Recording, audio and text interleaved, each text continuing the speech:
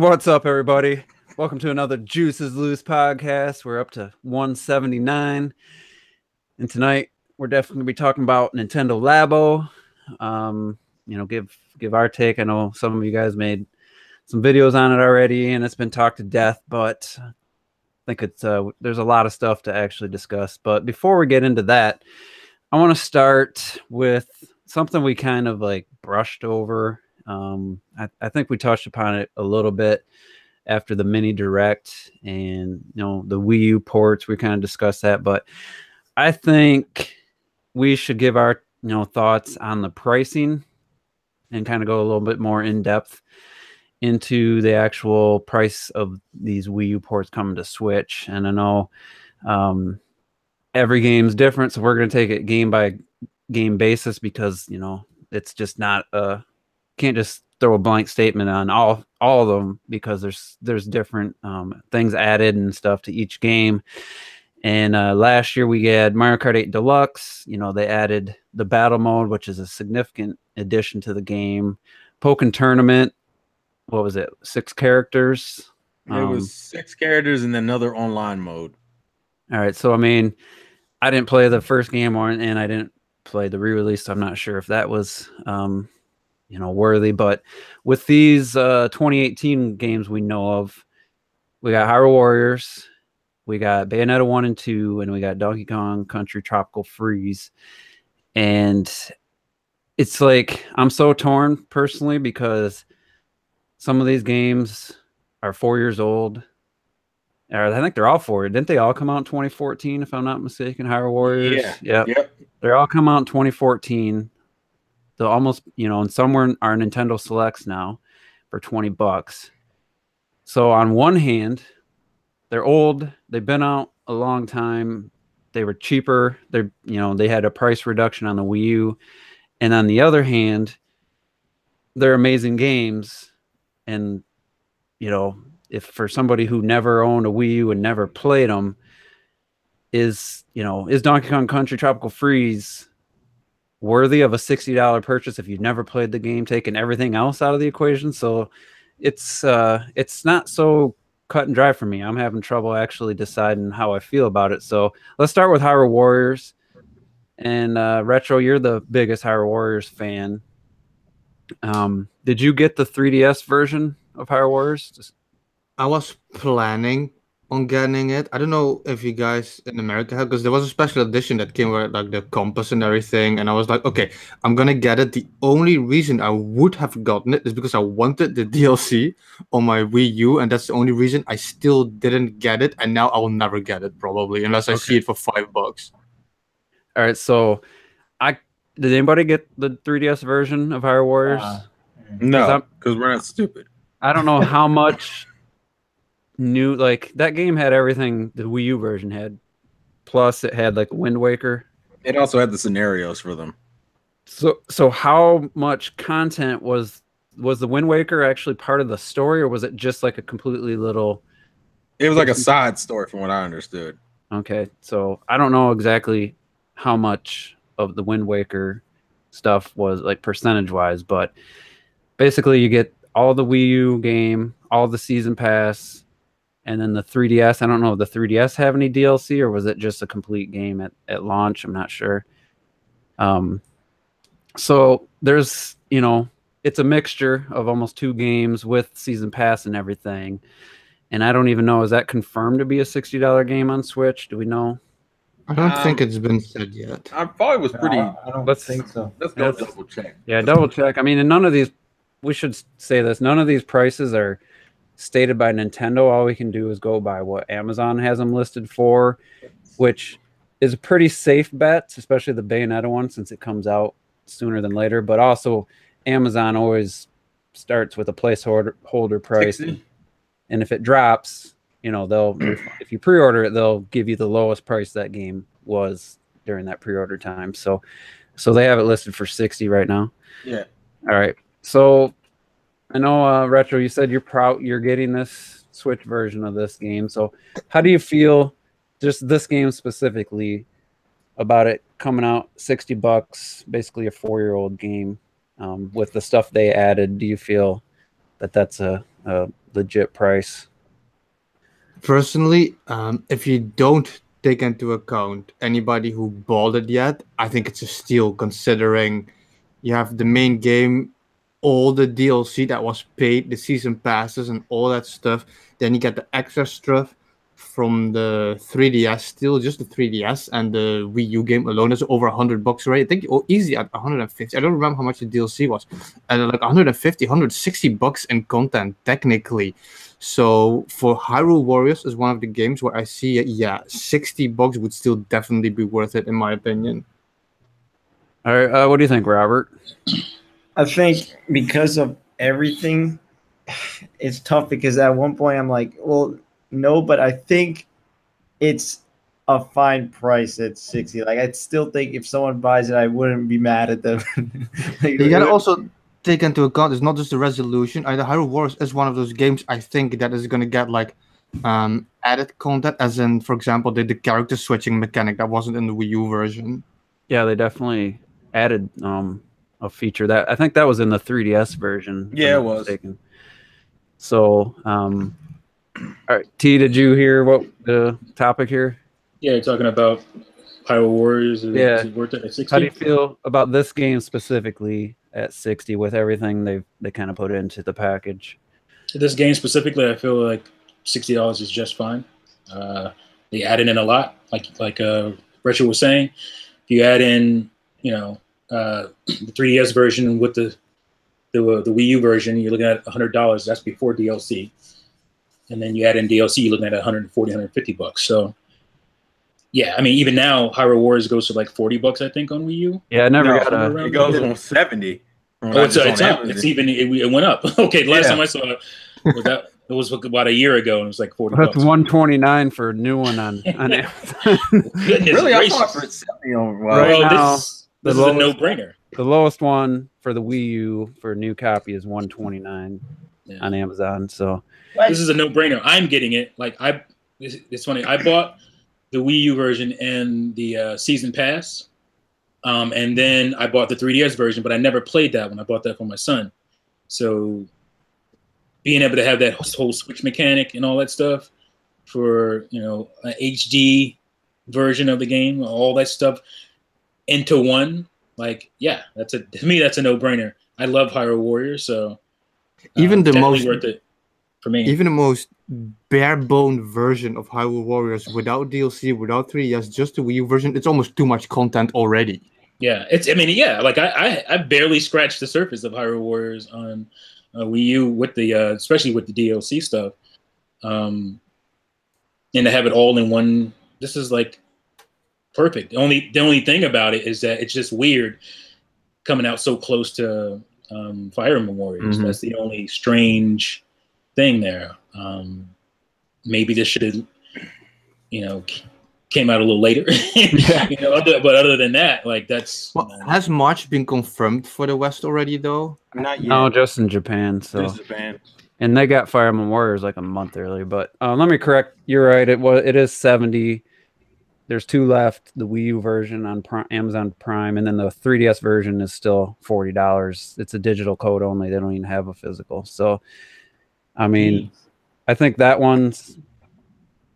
I don't think there's an argument that should be lower just because of everything they've combined together. You could say, that this is the 3rd time they've released this game, and it's an old game, but if you, at least to me, it's the least count the 3DS version as a version of this game. Like, yeah, it's the same game technically, but technically, like it's just not. It does not run very well at all.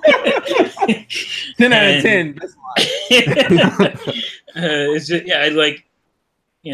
that's like saying Lego City Undercover is the same on 3DS. Like, get out of my face. That's a good comparison.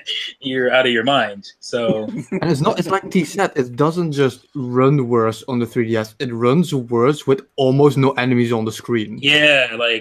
That's yeah. It's a different game. It feels like a different game anyway. So yeah, like I would say out of the 2018 ports we know of right now, at least from Nintendo specifically, this is the most justified it being at the price it's at. Yeah, and easily. As of right now, it's considered a steal compared to the fucking lesser versions of the game. Especially so, I don't personally have any issue with this one being 60, but that's also because Warriors games tend to give you a lot of shit anyway. And considering that Hyrule Warriors had not only paid DLC but a bunch of free updates too, I would definitely say it's worth the money. The only reason why I wouldn't touch it is because I already have a Warriors game, and I have to pay for that season pass, so I ain't got time for this shit. Like the 3DS version, I think this is the best analogy. The 3DS version is the same as the Wii U version if Dead Rising for the Wii is the same as the 360 version. Like, it is nowhere close. Like, you get like, 10 zombies, and that thing is just pretty much done. It's just, like, if you get that on the Dead Rising Wii compared to like 360. Man, fuck it. Now I have to go look it up. I'm looking at some footage. Now I have to look it up. I want to see, because I didn't really pay attention to the 3DS version when it came out. Cause it's the same in name only. The thing is, because I'm a very big Warriors fan, so that's why I was excited about Hyrule Warriors, and it's like Zelda, but as a Warriors fan, beforehand, you need the amount of enemies which the 3DS just didn't do. Yeah, I mean, it's not supposed to be a beat 'em up. That's what Warriors games are about. It looks like there's about 20, 25 maybe on screen at once on the 3DS. And it's going at like... on the new 3DS, it actually ran pretty well. Yeah, the new 3DS, it was fine, but I mean, you have to own that. You would have to own a new 3DS. So that's another cost. I'm wondering, has there been really any significant footage for this? If it's coming out in March in Japan, you'd think they would have. I could have sworn they released like a Japanese trailer for it like recently. Yeah, you just had the Japanese trailer, I think. But I haven't seen anything American wise. That's primarily just because. Can we get some details on the frame rate? Yeah, we don't know anything about it. We really don't know anything about it. Yeah, let me see how this. It didn't look that different for me, but that's also me not comparing it to the Wii U version. But like just first impressions, it looked literally the same. Yeah, well, the upload is not 1080p 60. God damn it! Does Nintendo even do 1080p on their uploads? They do 1080p 60. Yeah, they usually do. Yeah, they usually do. When the game is 60, they like Mario. This is Bandai we're talking about. No, this is Koei Tecmo, so we can't trust them hoes. Man, I forgot about Lana. I liked her. every fucking time, yo. I like that alternative outfit too. Like, oh, by the way, I went to go look up Dead Rising Wii footage. Oh my god. Yeah. Oh my god. That's an adventure. You get like 4 or 5 zombies. It looked like it was trying to run off of some fucking like Resident Evil 4 type shit, and then and forgot it was a Dead Rising game. Yeah, you can go like good stretches of empty land before you run into a zombie. I think it was a custom engine. I could be wrong about that. Oh, it has to be. Yeah, it is. A lot of people think it's bad. At least according to the video I'm watching, they think that it was somewhat based off the Wii's Resident Evil 4. Yeah, I think that's right. I think that I remember hearing that. And you can you can tell. Oh. Yeah. The Wii has 88 megabytes of RAM. So Jesus. The game is still fun, but obviously it's nowhere near what Dead Rising is on 360. No, it's not even. It almost doesn't even look like the same game in a lot of ways. Yeah, they took out the whole picture, the photo mechanic, and all that. So yeah, but hey, man, we got motion control, so it was all right. All right, 10 out of 10. 10 out of 10. So I said when we talked about the mini direct, I said Hyrule Warriors was simultaneously the most unnecessary port coming to Switch, and also like the best because of all the added stuff, Yeah. So I was like torn, because to me it's not that amazing of a game anyway, so it doesn't appeal to me personally. And the fact that Fire Emblem Warriors was coming out, but I do agree, like this game for sure. Like, yeah, if they priced it at 50, I mean, I wouldn't have been surprised, like, oh my god. But I think out of the 3 this year we know about, it's definitely the least offensive at 60. So let's get on to the next game, one that's close to my heart, Bayonetta 1 and 2. Now, the thing is with this one is you're getting 2 games, and I know Bayonetta 1's been released on everything, but this is only the second time Bayonetta 2's come out.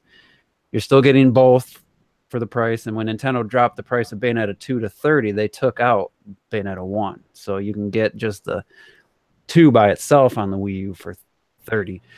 I'm torn because I need to see like the difference, what the visual difference is, because I was playing my Wii U actually on Saturday and I put in Bayonetta 2 and it hasn't aged quite as well as say like some of the other Wii U games. Like Tropical Freeze still looked and played just amazing, and it definitely looking a little rough around the edges visually is Bayonetta 2 compared to what I remembered. So to me that's tough because again, they included the first game again, so they had to port both games. If it was just Bayonetta 2, then I would say it can't be more than 40, but through the first game, it's digital, but you still get it for free. You get it included with the 60. So I'm torn on this one. This one isn't an easy answer. I would think 50, would have been probably the sweet spot. I don't think with 2 games, I don't think 40 makes sense.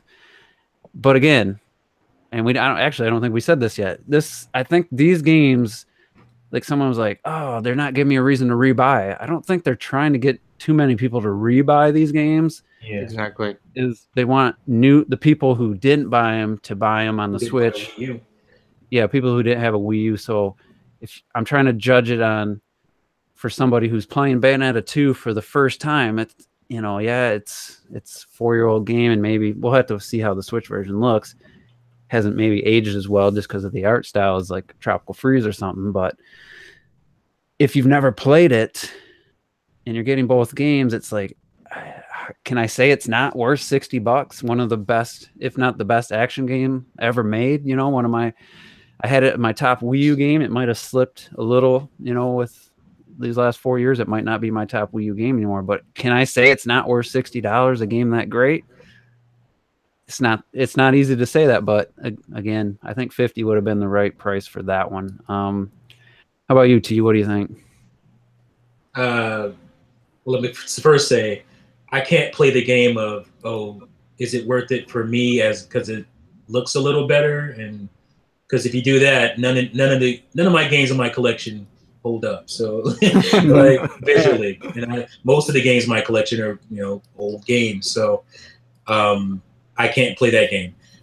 So I don't care about that. I don't care. It's gonna look better. It's probably gonna run. It can't really run that much better. It's gonna be 60 frames probably. So I'm gonna go with your second thing, as in for a person who's never bought this or haven't played it, this is a great value. I don't care how much later it's coming out from the Wii U version. The Wii U version, if you haven't, like, if you're a person that's buying into this now, you haven't played the Wii U version, well, first you got to buy a Wii U, and then you got to buy the game. So this is always going to be a better value no matter what for you guys. For me, not a great value, because again, like I said, a little bump in visuals is not going to mean anything to me. The collector in me wants this, and I'm going to get it at some point, but I'm not like a first day go around out and buy it type of person. And the digital thing is only in the West. Am I wrong about that? Or for the Bayonetta 1? I'm not sure. I was pretty sure it was the same. I think the difference is in Japan it gets a steelbook, but I mean, like, oh, okay. I thought Japan got a cart for the first one. I don't think they get a cart for the first one though. No. See, for me, that's even like less of a reason for me to buy it. Like, because physically, as a collector, I like physical, and physically, all I'm getting is Bayonetta 2 on a cart. That does nothing for me.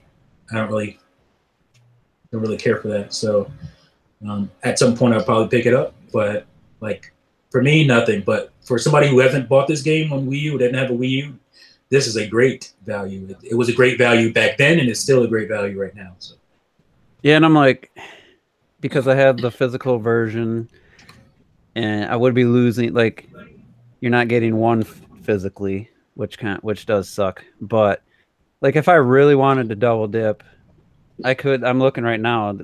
There's not one on here under 30. Yeah, I'm seeing people saying that Japan got the physical version for Bayonetta 1. I know they did. I know that for the original. I didn't know they did that for the Switch version though. No, but that's what I meant. Switch. I'm looking at eBay right now, and the average price is 31 to 35 for Wii U version of Bayonetta 1 and 2. Fuck it, now I gotta go look it up. Yeah, if you have a Wii U and you didn't buy this game, I'd say go get the Wii U version. I don't. First thing we would say is shame on you. That's the first thing. Yeah, I don't know what you were doing with your Wii U. You didn't have anything else to play. But I'm thinking, if I really wanted to, I could try to get $30, sell that, and for basically a $20 upgrade. If I felt inclined. So I mean that's an option for me. Are you saying Bayonetta 2? Just the disc? No, 1 and 2 together. $30 really on Wii U? Mm-hmm. Yeah, that's not worth trading in for me. To me, as a collector, no way. Yeah, not doing it. Not when I'd be getting the same game again. So, but it's just something to look at. Like I said, I could see why someone would say it. 60 seems a little high for older games.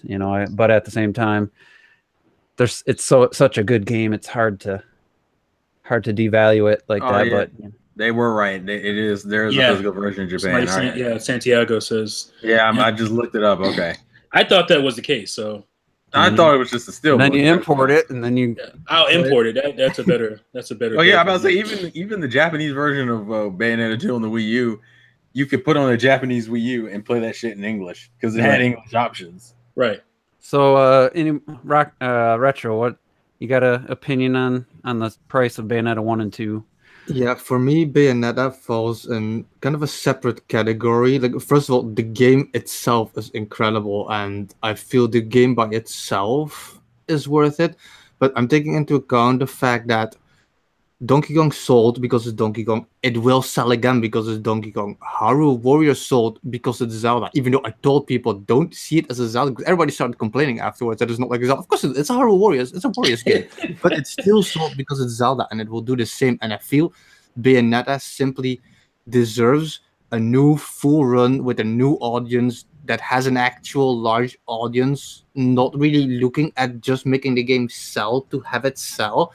It deserves a full run for what it is, so I don't mind the price. But it's like T said, like if you have a Wii U, get it on Wii U. Most people on the Wii U have it already, but it's a great game. But I feel it's one of the games that I think it's offering nothing extra. So it's really purely. This one is really purely. The pure. If you own a Switch and you don't have a Wii U, you should get it. Then it's for those people, and it deserves that full run. That's a good point. I heard it's offering one thing, and it's not really important, but if you have it, you can do it. It has amiibo support, and literally all the amiibo support does is unlock all the Nintendo costumes early. So nice. If you don't want to grind for money or Halos to get enough to buy all the costumes, you just use your Bayonetta amiibo. But everybody wants to know: are the touch controls coming back? I'd be curious to see, to be honest with you, because they could do it if they wanted to. I thought somebody went over the details, and I think maybe it does. Bayonetta 2 and I think that is one of the things that's coming back. They haven't really shown the game off since literally the awards. No, that's and I'm just gonna throw this out. I think it's this type of scenario where Digital Foundry to me has a lot of value as for what they do. Because, and it's not just for double dipping or to see if Bayonetta 1 and 2 on the Switch is basically you could barely tell the difference from the Wii U version, then I'm probably going to be a little less inclined to say they should charge 60, if they just up-resed it and that's it, because I forgot that they really didn't add anything. So again, I'm torn. I think it probably. I feel like this one's more for the IP's brand recognition to me. Yeah, but I guess I have one major problem with it is that because we just realized that Japan gets a cart for the first one. Why isn't that happening over here? Like, why is Nintendo not money? Why Nintendo not biting? The costs for this. This is your decision. Why are you not putting that game on a cart over here too? Like, that's definitely that's BS. That's really because then they're relying on you. I'm guessing the first game's gonna be, I don't know, like a under 10 to 15 gig download, so it's not like you'd have to have an SD card, I'm guessing, but still, you're right. That does kind of. I'm already having to do that with third parties. I shouldn't have to do that with, I mean, this isn't a first party game, but this is a second party game, Nintendo funded game. Why am I, paying for a cart or not even getting a cart? That's true. They don't want to pay for it. That's bull. I am kind of swayed now. I'm thinking, that without having the first game be on a cart, I think this definitely shouldn't have been 60. Now that I kind of realize that. Yeah, it's one of those things that I feel like the only reason why I'm not as angry about it as I probably should be is because I feel like Bayonetta is an IP that kind of needed to come out. I feel like it's one of the only ports I would say I think it really did need to come out. Yeah, this is one of the games where it feels like it deserves, like most of these games sold over 1 million or, fairly well, especially Mario Kart 8, sold really well. So it's like this is the first game that didn't sell over 1 million that they're doing, and they got a third game coming. So I think that's a little bit of why, that's probably has more to do why they're releasing this than anything. Like, we got the third game coming. We want people to play the first two. But continue. Sorry, Terrell, I didn't mean to. Oh, no, you're fine. I was just saying, and it's hard because I feel like it's one of those things that, especially because it's weird because Bayonetta 2 comes out, I think it's the middle of February, right? Mm-hmm. It's the middle of February, and we've heard literally nothing really from the American side. Like we've seen trailers, we may have gotten little tidbits here and there, but I feel like if the game had some major changes, we would have seen more of those major changes. Like even the online mode that Bayonetta 2 has, we've heard really nothing about. Like, what is that going to be? The press release said it's going to be in there, and then no. I'm just saying, like, is it going to work the same? Right? I would have. Well, I don't know. I was just more hoping for maybe some smaller changes we hadn't really seen yet. Like, because I mean, the frame rate, you're not going to be able to like really push that as much in videos as you want. I mean, that would be like YouTube footage, but I feel like this game needs a lot of small tweaks, and it wouldn't hurt to have it. Or hell, even the first game, especially because you got the PC version of the first game that was recently released. Maybe some of the advantages the PC version has. I don't know. It's hard going back to that first one.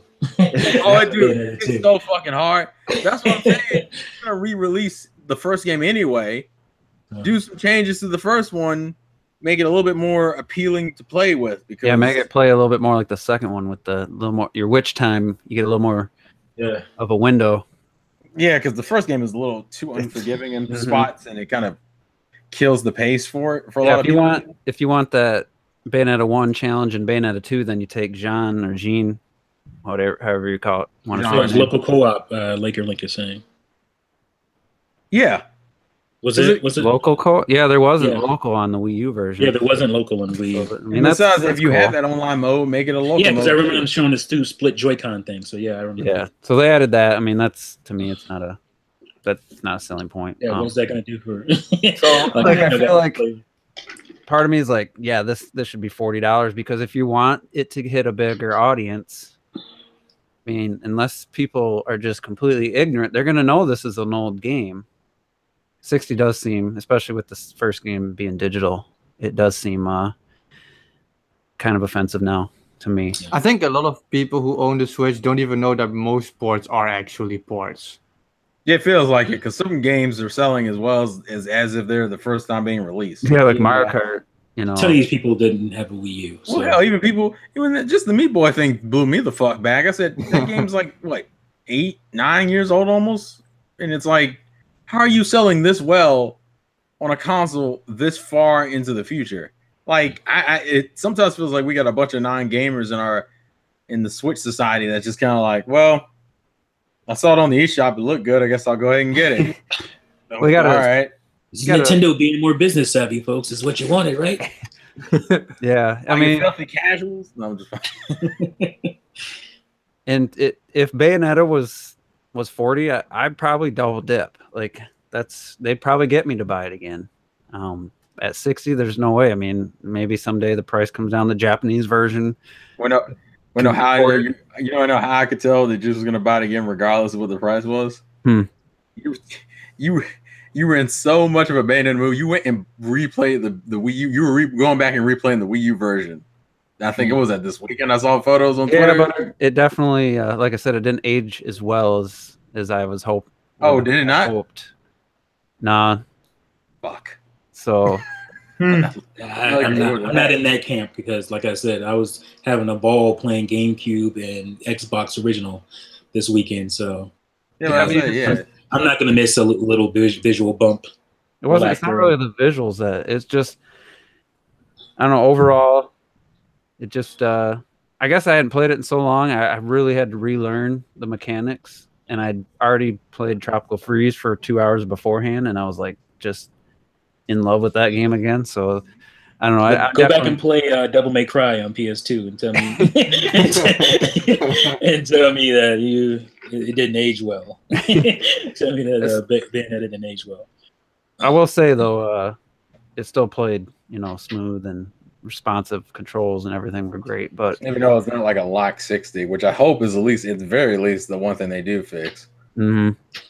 I mean, it didn't dip. Bayonetta 2 didn't dip hardly at all. Oh no, it wasn't like offensive. I'm just saying if you're gonna put out a port on a stronger system, I want it to at least be an improvement, like on a graphical side to the original. I mean, it'd be interesting to see, like, if they just up the resolution or if they do touch up any of the aspects of the game. Yeah, because it was 720p 60, right? Bayonetta 2. Yep. So, yeah. You expect it to be 1080p 60. You would think. There's no. I mean, if it isn't, then there's definitely no value. Yeah. So let's get on to the last game, and this one. Oh, boy. This is the most offensive. This one to a lot of people is the most offensive, and no, it is Tropical Freeze. The HD only thing remix with Funky in it. Yeah, they got Funky Kong, and I wonder who made Funky. Did Retro have to come in and help with that, or did the porting company come up with and make this new character? It'd be interesting to find that out. So $60. The game was $50 when it launched on Wii U. It's 4 years old. It's a Nintendo Select title on the Wii U, so it's $20, the Select version, and the only difference is the box art. So I guess for collectors that probably means something down the road. If you have a new sealed like original version versus a Select, it's probably worth more. But again, I'm sorry, I just saw Jerry Totten's comment. Now with game journalist mode. That's great. That is so true. That's great. Great comment there, Jerry. Great comment. That's the best comment in the chat I've seen in a long time, months probably. So again, I'm torn, and I'm looking at it. Obviously, Wii U owner, I have the game. I'm not double dipping. They didn't add Funky Kong. Isn't enough, even if the game was $40 for me to double dip. Like, to me, it's offensive on that regard. But somebody who never played it, are you saying this game isn't worth $60? I mean, it's good enough and has enough content, but you can't ignore that it was $50 at launch 4 years ago, and it's got a $20 Select version. So you just can't ignore those.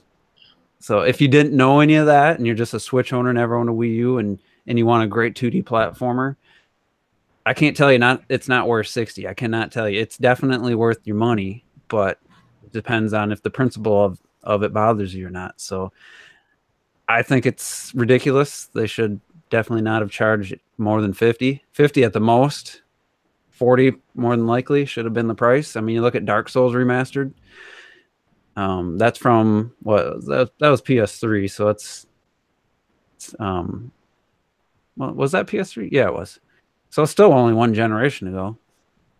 That's only $40, the remastered version. So I guess, guys, give me your thoughts. Let's go to Terrell.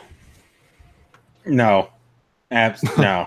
I mean, and it makes me mad because the game is definitely worth buying, and I think it's definitely worth buying new.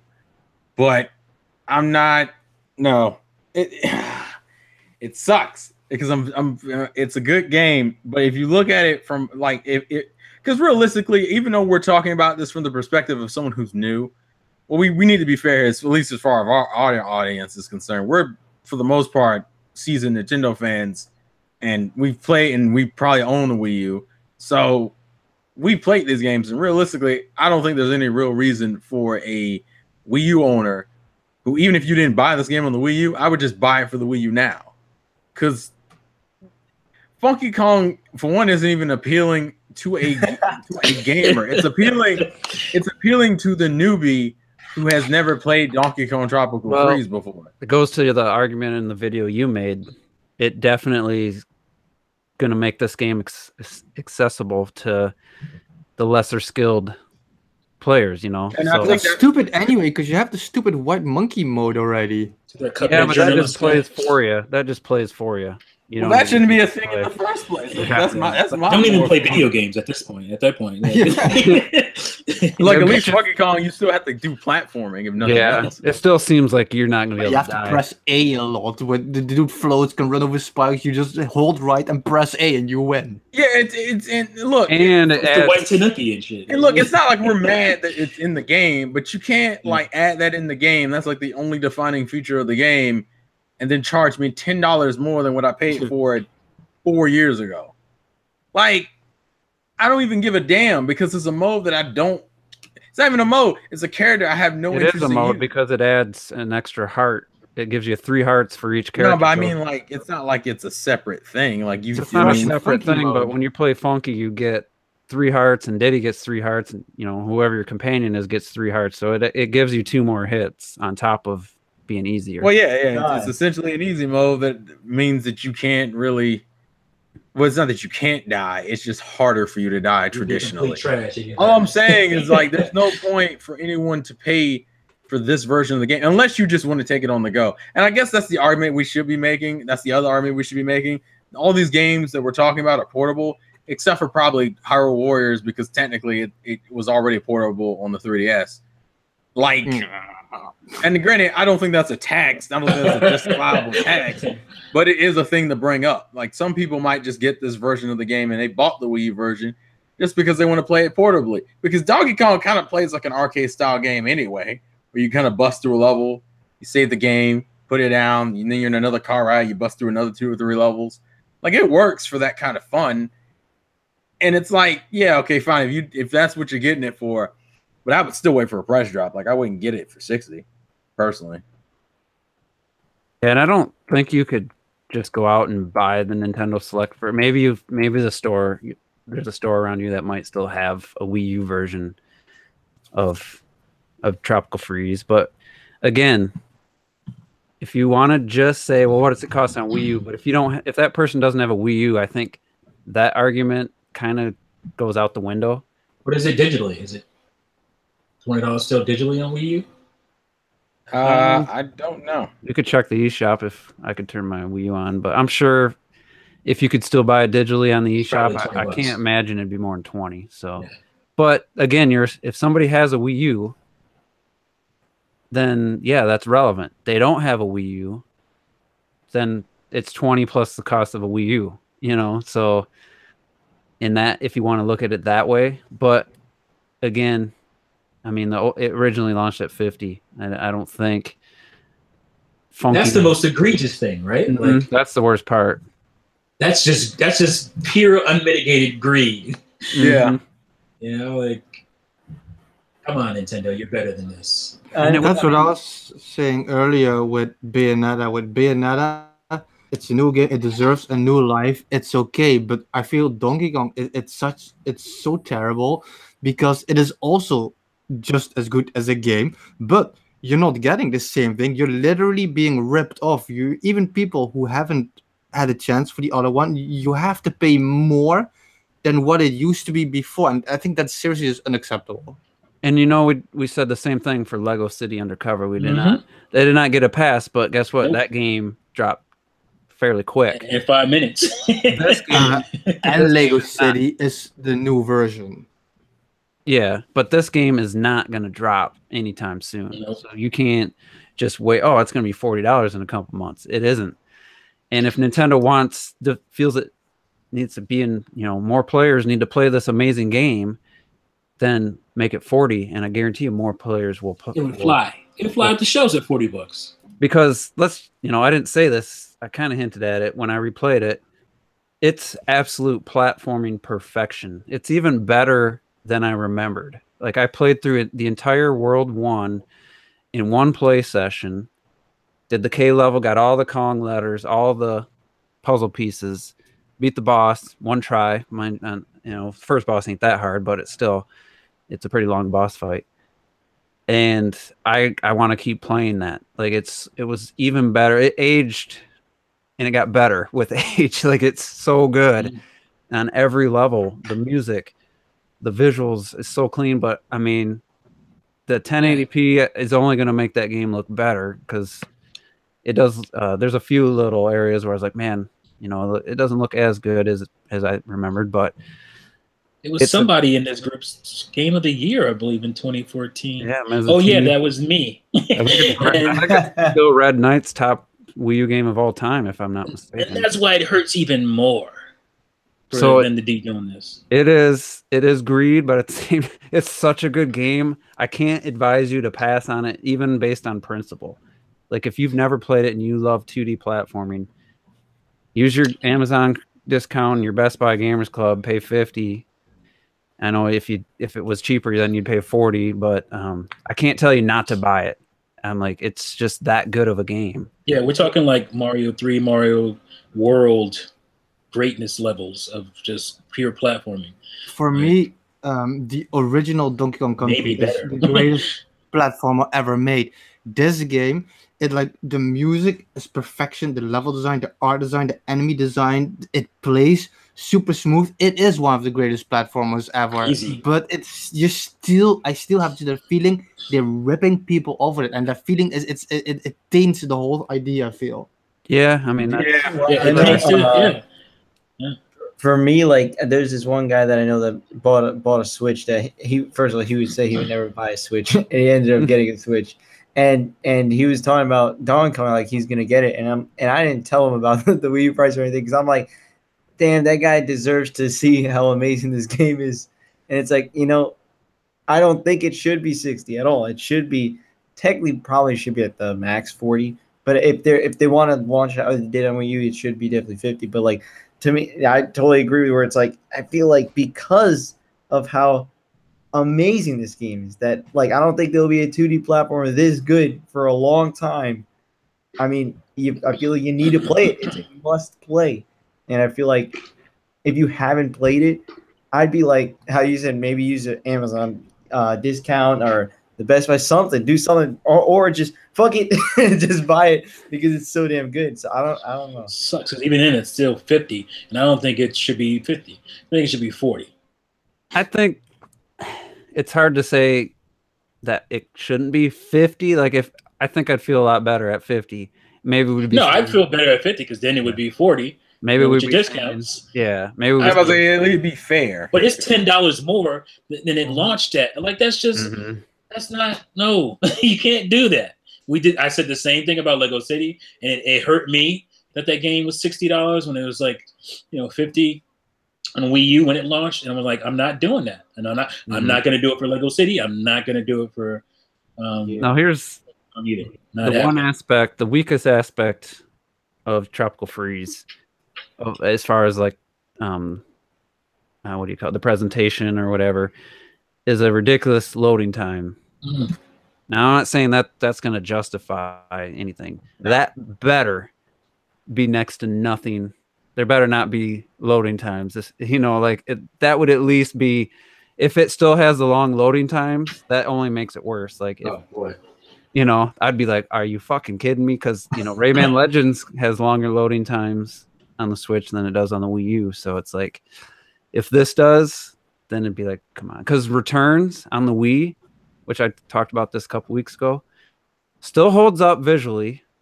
I mean, the Dolphin emulator makes that game, other than Donkey Kong himself, that game almost looks as good as Tropical Freeze, the environments. That game had almost no loading times. Donkey Kong didn't even get across the screen once running, and the levels loaded up. Tropical Freeze, you watching them running 3-4 times right across your screen. And you might have heard me say this before. The Wii has 88 megabytes of RAM. So for it to load that fast. It's not like the Wii U version was pushing 1080p visuals. Right. Like, So the Switch version better like be like completely optimized. Otherwise, that only makes it worse. Like it doesn't make it better, like a whole lot better, but it makes it a whole lot worse if it's the same problems, you know. So, but again, I cannot. If you haven't played this game and you like 2D platformers, especially if you like Donkey Kong Country Returns on the Wii, I can't tell you not to buy this game. Like I can't say it definitively. Don't buy this game. It's a principle. It's a ripoff. You know, it's greed. I can't tell you not to. So, you know, but it is all those things, folks. It is, but do what you feel you got to do. If you really are itching for a 2D platformer, I mean, it's one of the best, if not the best. And it's God, it plays. The controls are so good. I have the perfect tagline for this. If you're in the store and you see it on the shelf, when in doubt, think, what would Juice do? and then pick up the game and don't tell anyone about it. Yeah.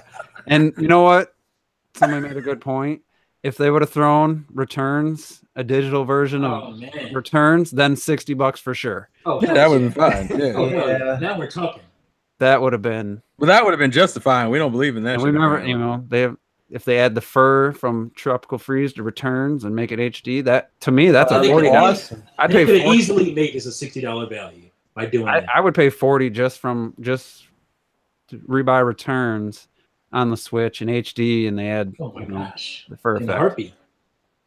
Because I'd love to play that game again, and it's just you know, I'm not one of the. I didn't hate the motion stuff, but once I played with the Pro Controller, that's definitely my preferred way. And I don't think the Joy-Cons are going to replicate that quite as good. But because for me, a platformer is all about precision, and those little ass buttons on that Joy-Con for jumping and rolling.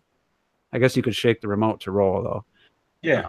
If they can replicate that for people that like that, you know, that would be. If they don't do that, if there's like no Wii Remote nunchuck like feel to it for those people that like that and Returns, then definitely I mean, that's even worse. Like it's take another $10 off if they didn't do that. So actually, I'm about to say because this year, I'm about to say it's funny how 2017 had the more worthwhile ports, whereas this year seems to have the lazy ports. Yeah, and as of right now, like I mean, I'm just saying in comparison because I mean, Pokken, Mario Kart.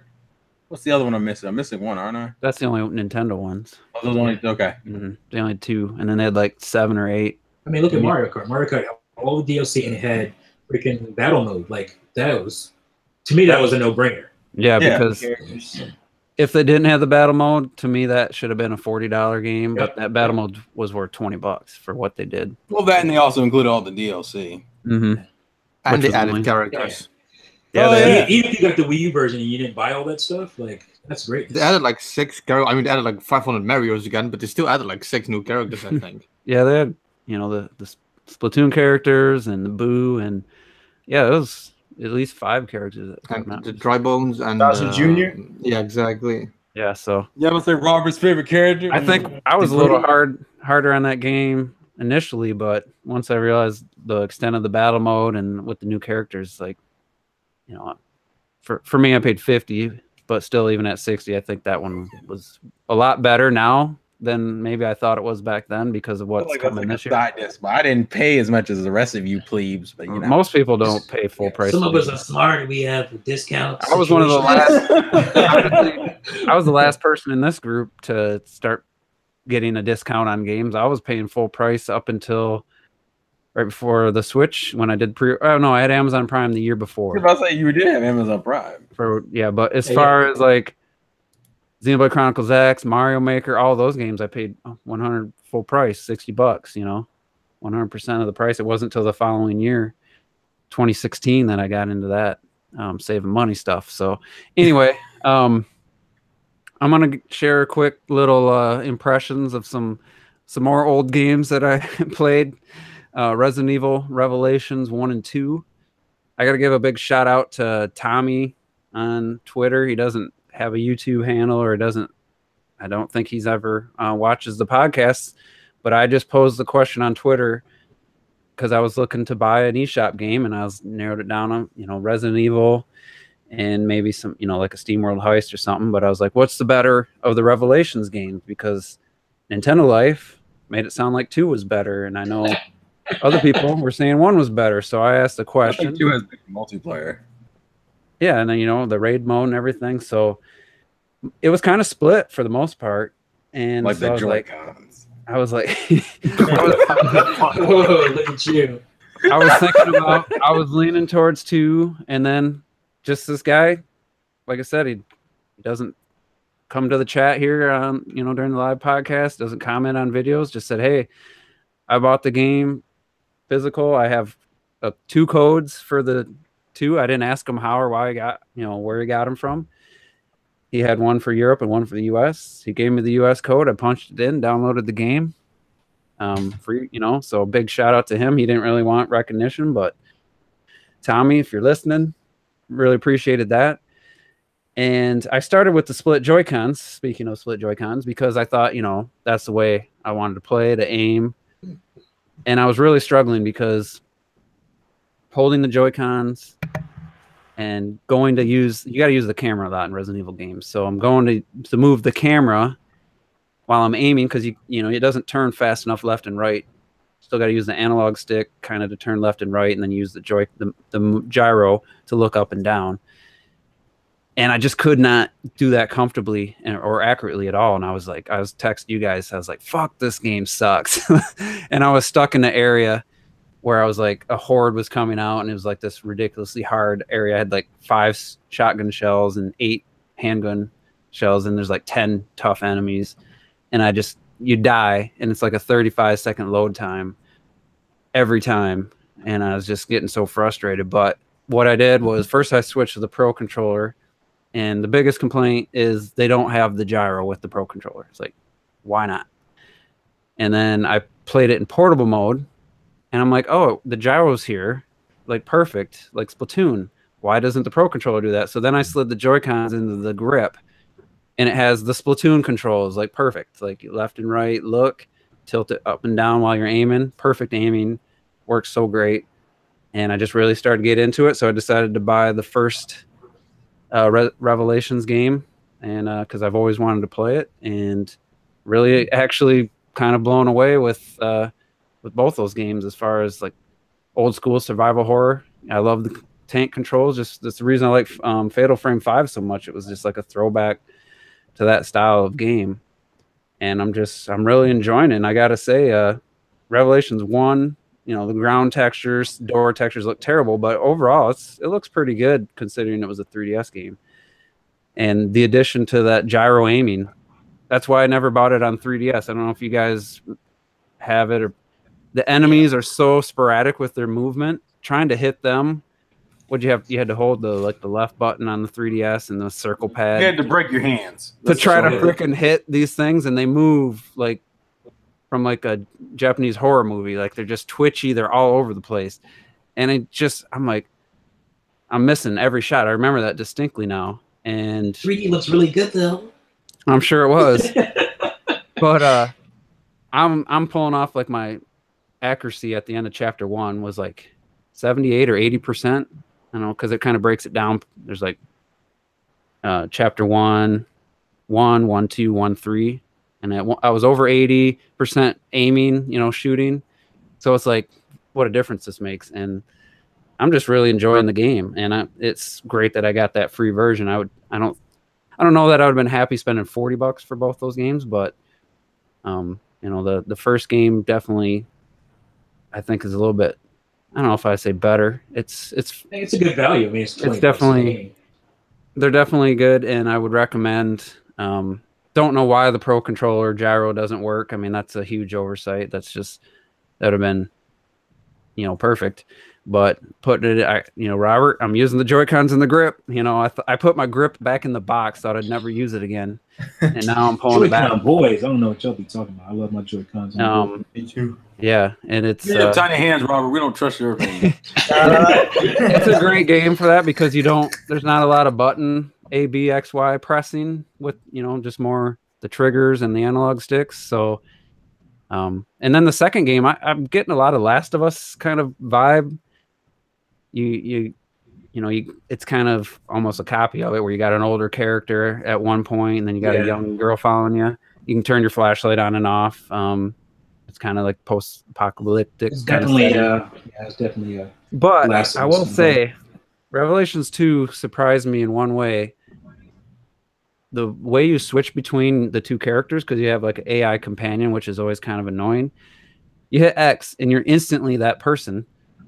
So the second character, you know, you start with Claire and this character Moya.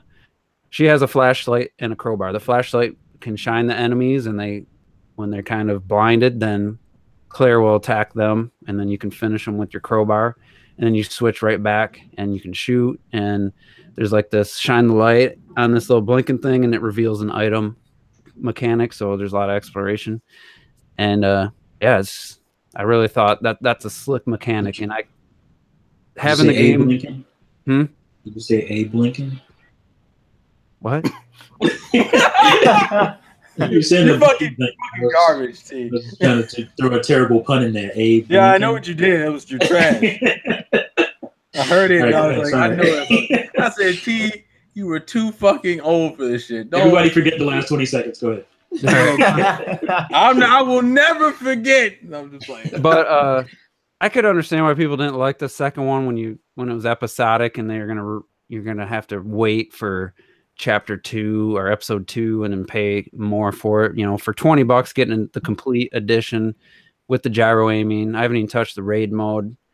I gotta say, it's definitely worth. I think both games are worth $20. And if you like survival horror, if you like old school Resident Evil, I was disappointed with Resident Evil 7 because just the way, you know, they changed it up. I don't think it was all for the better. It was slow, and you know, just didn't feel like Resident Evil, where these games are definitely throwbacks, but not as bad as the original. You know, the acting isn't horrendous like the original game. You know, like that was somebody asked me that today at work. He's like, "Has it got the bad acting?" I was like, "No, I mean, it's not the best, but I think after the first or second game, they kind of fixed that bad acting stuff." But definitely, I'm happy with that purchase, and it's going to keep me occupied on my Switch until Nintendo shows me, you know, something coming in the future that I know I'm going to have. And speaking of the future, Wolfenstein 2, I guess there's going to be more info soon on the Switch version. I don't know if you guys saw that.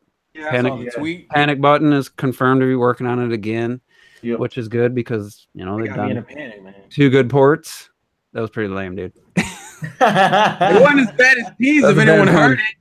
But yeah, so apparently they're confirmed to be working on it, and some details are coming soon. So, you know, I think that's cool, but it's like with a game like that, I don't know. Portable mode definitely is going to be a plus for a lot of people, but I'm like, without the reason I bought Doom was the online multiplayer. I was hoping they would have a new life and give me kind of a shooter, online multiplayer shooter to play, which it was fun. Haven't really touched in a while, but I'm kind of torn on Wolfenstein 2's value on the Switch to me, since I can get it on PC or PS4 for $40. So, but for everyone else, I'm guessing it's going to be a competent port. I'm interested to see how that game looks, and maybe if they gotten better with you know, their more time with the Switch, if maybe this port can be just a little bit maybe cleaner than Doom. We'll have to find out. So, anybody planning on getting that game or excited to see you know, footage of the Switch version? I want to see what it looks like. Wolfenstein. I want to see. 2. Yeah. For sure, I'm getting Wolfenstein 2 for my Switch, bitch. I mean, I want to see what it looks like. Again. Because I feel like, you know how when we were playing Doom, how there's sometimes where it's so, like, little things would be so blurry to the point where we're like, why? we're playing multiplayer. That was the multiplayer looks worse. Yeah, and you would be like confused. You'd be like, why is that so blurry? But right next to it, it's not. I know. And then I played it on my buddy's Xbox One X on Saturday, and when someone kills you, it shows their character. That's what really looked blurry. Yeah. And I was like, yeah, it looks pretty sharp. It looks pretty clean, but still played almost like identically. Even at 60, it still felt so close to what I was used to. I just played it immediately and was doing great. So, but anyway, Robert, I think you were still. No, and basically, I just want to see, like, since I have more time for this, you would think, then probably Doom. how will it look, basically. Yeah, I wouldn't want them to see. I don't want them to see like these Switch ports getting worse. Like, I hope they can find some ways. You know, I don't want to see like where Doom one occasion it's in one area, like you're climbing this like big cylinder and there's all this mechanical stuff on screen moving plus a ton of enemies. That's the only time it drops to like 20. Like if Wolfenstein's like spends a lot of time in the 20, because that did affect like playing Doom. It immediately was like, oh my god, like I can't even aim right. It's so slow. Where that would be an issue. That's where I want to see like, hey, this is a solid 30. You know, that's really all I need to see. Yep. But hopefully they show that, you know, sometime. I'm guessing that info will come with the release date, and I'm gonna guess it's not gonna be too far past that announcement. You know, just like Doom, I think it's gonna be like within less than a month. Oh, okay.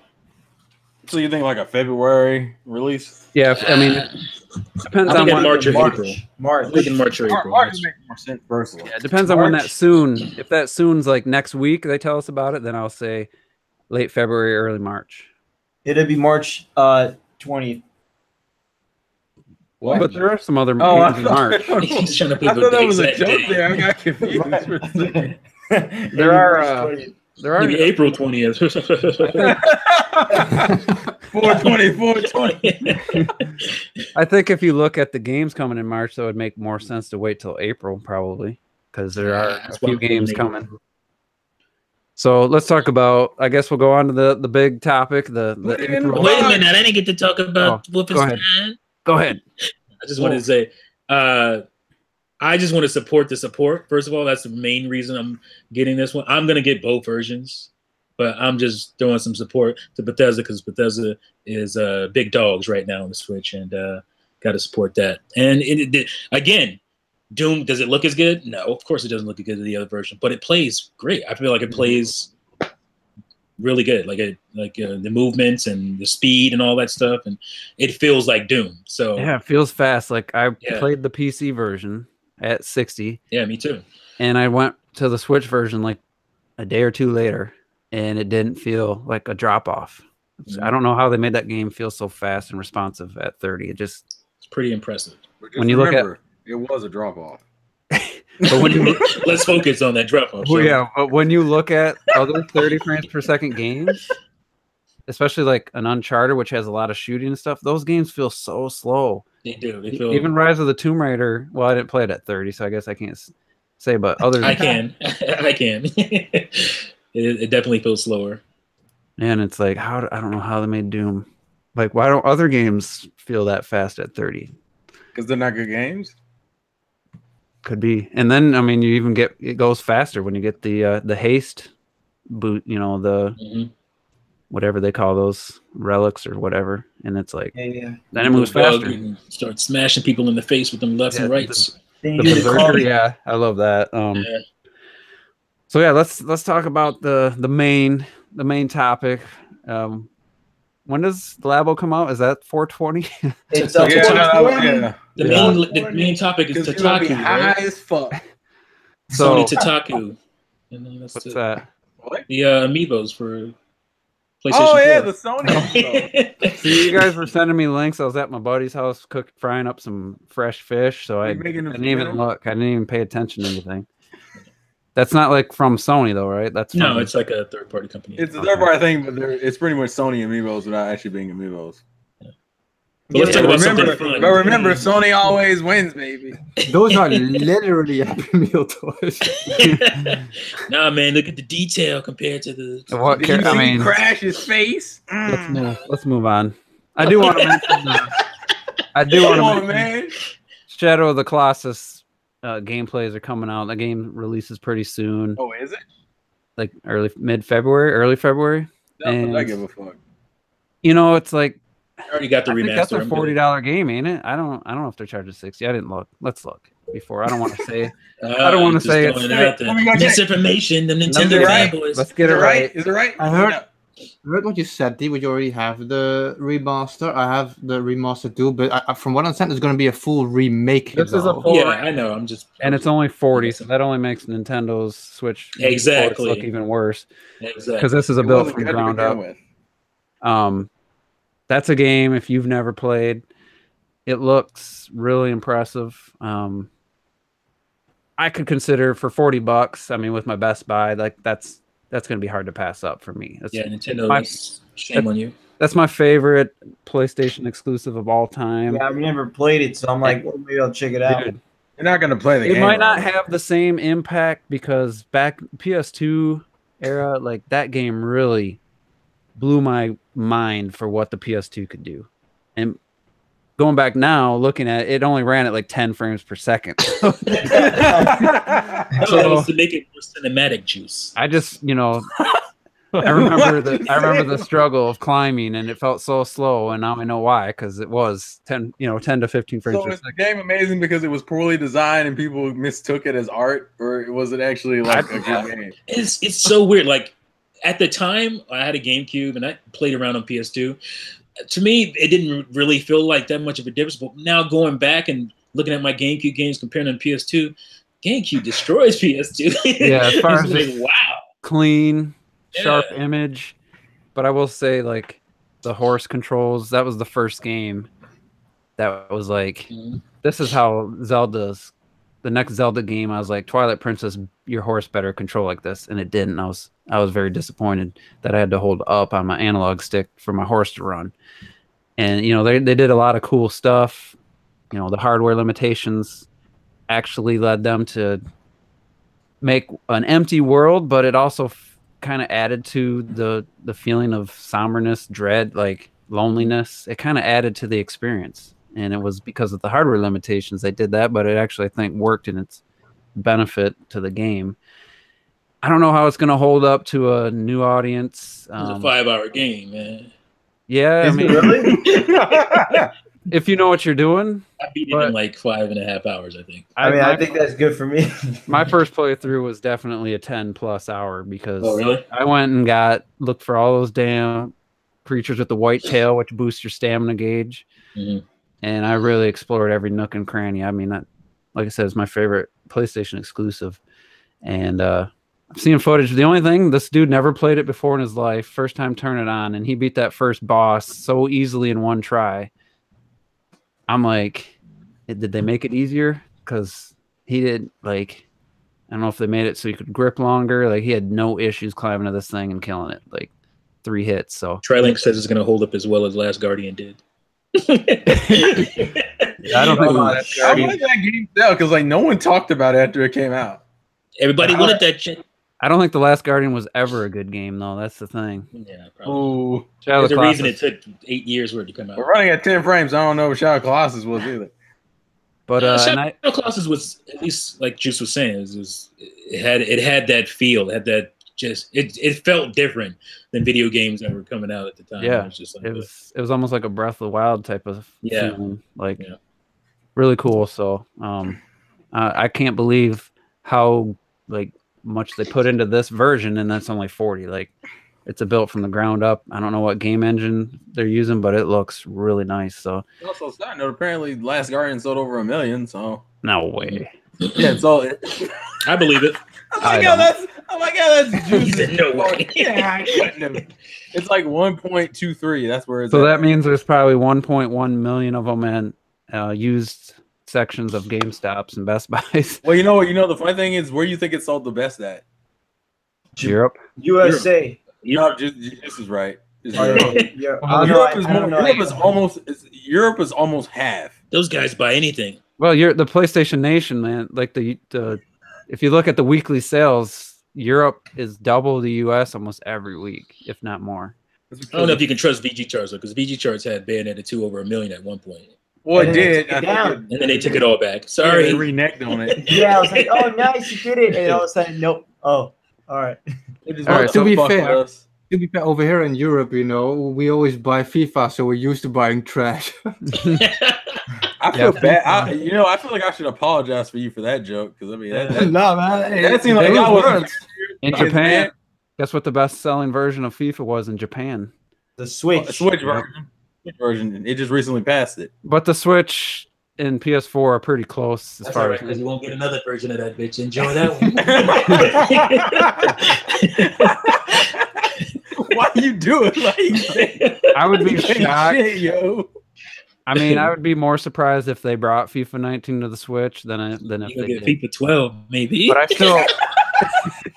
I still fully expect FIFA 19 on the Switch. But Man, I don't think we're gonna get 2020. That'll be our year. I give 19 fucks about FIFA 12 or EA. But yeah, You ain't shit. sucks that Faye is at all tied to EA because that looks I like know. a cool game. I mean, Well, you can't spell Faye without E. Oh no! Come on, guys, these are some lame jokes, man. That's like grandpa jokes. Well, that's why we thought you thought it were funny, Juice. You said grandpa jokes. You should have said you can't. What's grandpa humor? Anyway, let's get on to this Nintendo Labo because That's what everybody's waiting for, man. Put it in There's that so box, many- bruh. I think there's so many nuances to discussing Labo, and I don't even want to talk about the people are so stupid that think this is some like why would I play with cardboard? Well, anybody who thinks like that and just completely dismisses it. That's all we're gonna say about those people. So yeah, let's talk about it. let's talk. It's overpriced, man. It's overpriced. Who's These gonna people, spend $80 on that? these people don't have kids and never heard of cardboard craft in their life. Well, some of them do actually. That's what kills me. Well, let's rewind here. Let's just get first reactions for the people that didn't do a live reaction like Robert. Let's just get first reactions to Nintendo Labo. Let's start with Terrell. I don't know. It was weird. It was a weird moment for me because like I think it came out as I was driving home from work. It came out like 5 o'clock and I was leaving work. So my coworkers are in there trying to have a discussion with me. I'm like, I don't want to hear any of this shit right now. Like I just want to watch this video. And I watched the video and I don't know what I felt because it was one of those things I had to kind of just pause and be like, so it's like cardboard stock, but and then see the job I work at, they some people may have heard of them. They're called like is it Maker Kits? Fuck me. I had the name and I forgot it. It's like Makerspace. That's what they're called. Where it's this general same kind of idea of you take kids in there and they build shit like you make Lego drones and all this other shit. And I sat there for a second and went, well, this could work. I'm just curious about how in depth everything is and I think that's like my only real concern right now is that like because they come with games, like the software that works with them, like how much of the game and how much of the experience is the game and how much of it is the building. And I think someone on Twitter posted like screenshots from other places that do this kind of same stuff, like this building your own like mini houses and shit like that. Mm-hmm. And the prices are pretty about in line of what Nintendo was charging. But I thought it was interesting until I saw Retro's comment in our chat talking about how more complex this shit really is. And it slowly kind of blew my mind because I was like, oh, right. How the fuck is that? How is that piano working? Mm-hmm. And obviously it's not for my age group, but I was surprised how interested I was in. And right now I'm trying to get some of my superiors at my job to buy some gaming consoles for the kids that come in. I don't want to go too in depth of where I work at, but like a gaming console will work. And I feel like this will be a good like gateway thing. So I think it's really cool personally. All right. I was going to make a video on this and then Retro Death made a 5-minute video and basically said everything I was going to say. So I always do it better than happens, doesn't it? So I'm going to talk before him right now so that I can take all his good stuff. It's my podcast, bitch. My first watch through, like, I don't know, how long was the video? A couple minutes? Like 2 minutes, yeah. It was like 2 minutes, man. It took me that whole 2 minutes of just like, all right, this is definitely not for me. So then I watched it again. And then I'm like, oh, the IR cameras telling everything, like making all this work. I'm like, that's pretty cool. And so my tech side, you know, kind of took over on the second viewing. The first viewing, I wasn't whatever. I had no opinion. Second watch through, I was like, oh, that's pretty cool tech. And then the third watch through, I was like paying attention to every little detail. I'm saying, oh yeah, you can color them and stuff. You know, it's really cool stuff. And I'm definitely not buying it, but I can't sit here and say that that's not ingenious. Like, that's not a brilliant move on their part. And Muhammad said it best. Like, Nintendo said, this is for kids and people who are kids at heart. So I was already prepared to it not be for me, and I'm cool with it. Like, it doesn't offend me that Nintendo's doing something for kids. It's not for me, but I still think it looks really cool. And if you had kids, or if I was 10 years old again, like, this would be so freaking awesome.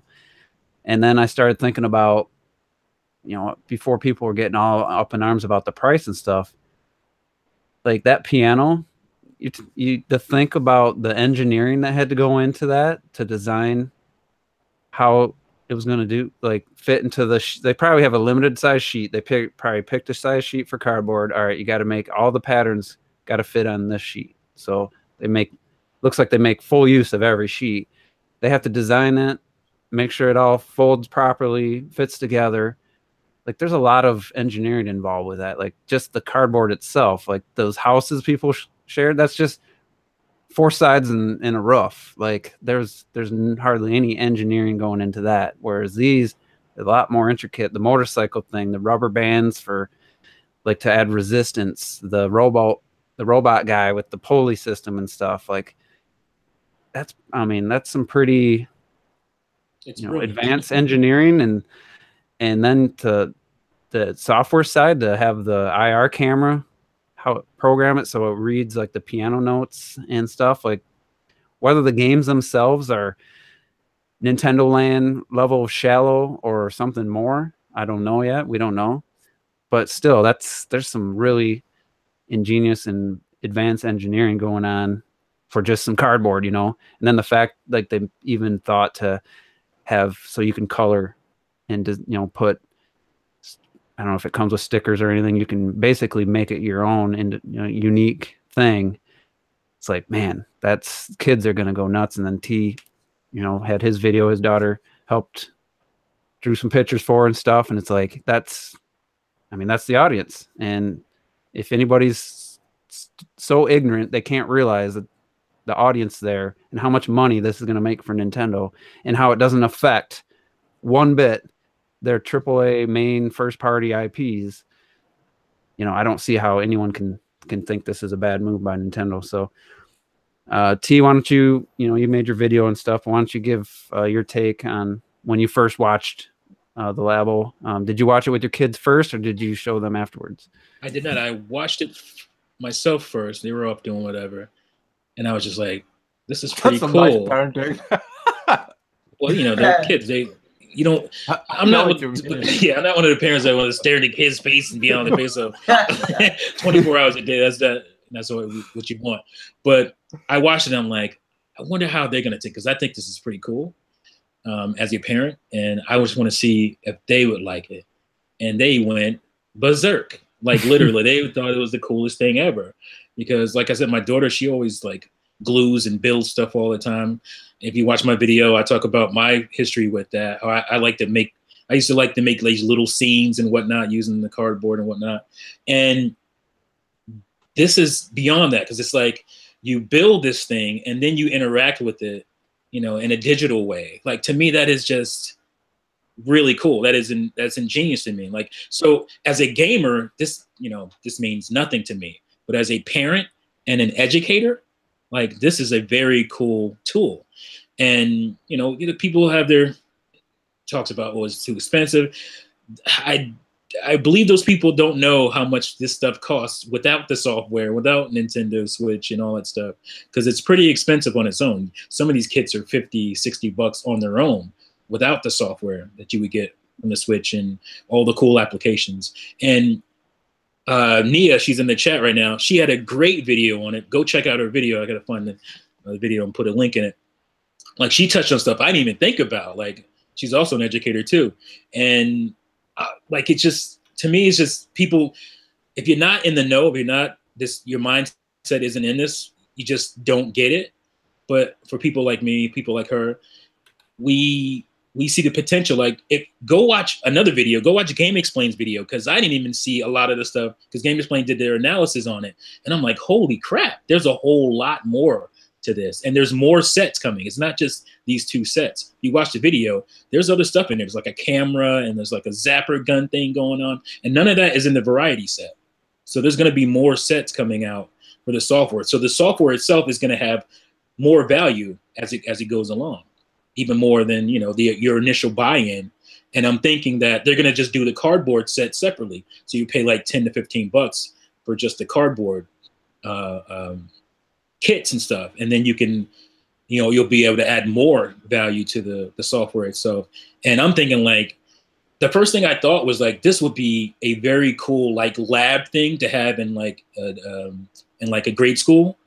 And it would get kids to be, you know, more creative that way, be more interactive. Because, you know, with everything that's digital and all this stuff now, kids don't, it seems to me anyway, I'm sure I'm just speaking from my old grandpa talk, but a lot of kids, like, don't seem to be on that kind of side, that more crafty, creative stuff. And this is a way to get them to do that stuff.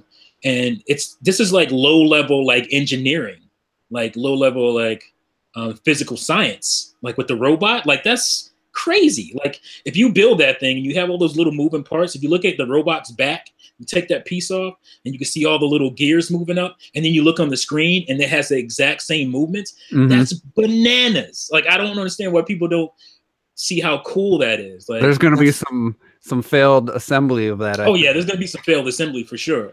But to me, this proves, the biggest thing to me is that this proves the value of the Joy-Cons way more than even 1-2 Switch did. Like, you see how much cool tech is in these things, because people were complaining back then, oh, the Joy-Cons are overpriced. Now you see how cool these things are and what they can really do. And it took this paper cardboard crap thing to do it over even 1-2 Switch. So to me, it's exciting. Like, I'm thinking about core stuff, because somebody was like, man, wouldn't this be cool? They had like a Yoshi's, whatever the Yoshi game is for Switch coming out, which is a cardboard video cardboard game. Like, that is, I didn't even think about that. I was like, mind blown. Like, so I'm excited. It makes me excited to see this kind of stuff. So. Yeah, and let's go to the person who's closest to a kid in age next. So, Robert. I'm starting to get a little farther away from that, which is strange to say, to be honest. Maybe when I started, that reaction, and then, you know. Well, okay. So when I heard, you know, it's gonna be for kids and kids at heart, I'm like, well, obviously I'm a kid at heart. I love that shit. And so basically, I was waited till what was it, 5 o'clock or something, and then I thought it was actually 4. Then I had to wait an hour. I'm like, shit, all right. And then basically what happened when I saw it, blasted the TV, and man, that music was really good. It's really catchy, and I was really shocked by this Nintendo LABO, because it's really fucking cool. Like, I was like, damn, man, I want to get that robot. Like, I was like, I don't care what they say about kids, man. That shit looks awesome. To be a part of that, it's closest to being a robot in real life. And so I'm like, and it is really damn fascinating, like, how complex it is, because I know I'm gonna be trash at building it. Like the thing is that it's gonna be, what I love about that, just like that they're encouraging, you know, the creativity side, and that's really damn cool. And God, I think it's awesome. I really do think it's awesome. And it just I wish you were a bit cheaper, because I don't know if I really want to buy it because the robots, like, obviously we don't know about the software side, like how much is in that robot game. It could be 1 mode, 2 modes, I don't know, but like, I mean, maybe they'll reuse that robot thing for a different game or something. I don't know, but I mean, I love the idea. I think the idea is insanely amazing, and I mean, yeah, that one to me looks the most like kids gonna get the most out of that, even though it might be fun to even as an adult to do that once or twice. I don't think it'd have that much lasting appeal. Yeah. Whereas like the house that you build, that looks like age 6 to 8, maybe even lower, like basic learning tool stuff where you push in the thing on the side and faucet pops onto the screen and then you turn it and water turns on. Like that's pretty basic. I think it's going to be range from like super young kind of learning games to a little more advanced stuff. Maybe the motorcycle one's a little more advanced. It looks like they're trying to cover a gamut of ages. Like I don't know that, you know, once you get past 10, I don't know how much the robot one's probably gonna be the most appealing to the older kids like that. You know, once they get past 10. Yeah, I think what I need to do is just I gotta find a girl that has a little brother, and I'm gonna be like, hey, then you can buy it and say, yeah, I'm just buying this for him, not for me. I think that's what I gotta do. There's gonna be a lot of parents playing with this stuff, you know, for real. But the fact that you can, like I said, like color it and make it your own with things. Just think of the 3D printing community. Once somebody designs like that piano to be printed on a 3D printer and uploads, you know, the file, you print all the keys separately and stuff. That's going to be where it gets a little bit more serious for people. Yeah. You know, because if that piano game's really good, if you had like a really well-made 3D printed version of it versus the cardboard one, I think that could legitimize that you know, thing to more serious people, which I think is going to happen. I think it's going to, the creativity, and then I didn't really talk about the potential, you know, for other games, for future stuff to like really take this even further. Terrell, did you give your take on it? I'm trying to remember. I was the first one. Okay, so retro, you're left. So I ain't shit apparently. I didn't want to, because I'm not. It's been a while. So retro, you made a great video, but why don't you just kind of summarize that? Yeah, like when they announced, you know, for kids and kids at heart, my first thought was, okay, it's not going to be like a game or anything. So when they revealed what it was, I was actually surprised with how much it felt like there's actually like a Switch game involved. And I'm more like I feel it's not really going to be much of a game, more as it's like software designed to work with the construction. Like I don't think even with the construction you're supposed to expect actual games out of it. It's really meant for interactive kids, with a T, kids, you know. And I think the saddest part of all of this is the first thing people see is the cardboard and they laugh and they think it's for kids and stuff, which first of all, it is for kids. But I saw this and my first thought when they were building the piano, I was like, damn, this is quite some intricate builds. And then I'm like, but wait, how does this work? Because basically this is the first thing Nintendo is giving us that is using the Joy-Cons in the way they explained it at the first reveal when they did like the distance and the hand recognition and shit. This is that Joy-Con. Like nobody knows yet exactly how it works, but in my head, this Joy-Con is showing like a node ladder, and it's not just that it can recognize where you move and interrupt the signal, but there's all these extra parts with it, like the cardboard cutouts that reshape the signal, and you have these little pins that have color-coded lines on it that it will be able to read. Like the tech shit about this is insane, and it is so sad that people just see the cardboard and that's it. Even for adults, for me, who is not gonna buy any of these kits, I'm fascinated by how this works, and I can't wait for videos of people using this shit. Like you guys said, with 3D printed stuff, like the potential of this is absolutely crazy. I mean, that's an easy attack line. Oh, Nintendo's selling cardboard. I mean, that's just a lame, easy attack line for like people mostly who are upset that Nintendo was Switch is smashing everything. This is a way we can attack it, you know. So it's lame. It's lame. Like you said, I also used to build stuff, and one of my favorite things to do as when I was a kid, you know, is I had these toilet rolls, and I had like this army of like 100 toilet rolls, and I had drawn all these characters on it with colors and everything. I mean, if I was a kid and I know that something like that was made, and I could make it move and come to life, that would blow my mind. Exactly. I can't wait for the sorry, I just want to say, I can't wait for the videos. Like when the Wii launched, you had all these videos of people tossing the Wiimotes through the TV. I can't wait for the first video where somebody is playing the fishing game and he pulls the whole shit backwards. Snatches the whole damn thing. Yeah, I don't think it actually Amazing. reels the line in, but I don't know for sure. Like, I think the line is attached though to the cardboard yeah, base. that's why. so you can see that your screen going flying and crack and smashing on Bye. the floor. Good luck with your save files getting onto a new one. So there's potential, like the motorcycle one. There's some potential for some broken switches. I mean, for sure. When you're talking at the age that this stuff's appealing to. I got a comment on something that another argument, which I've seen a little less of it, but I don't want to see Nintendo putting all their mainline franchises into Labo now, or forcing Labo into their mainline franchises. Like, did you see the footage? Was there any Mario's right. or anybody in any of the software they showed? Not a one piece. There's a reason. Just like what was the other time they didn't do that? And it was like, you knew that Splatoon.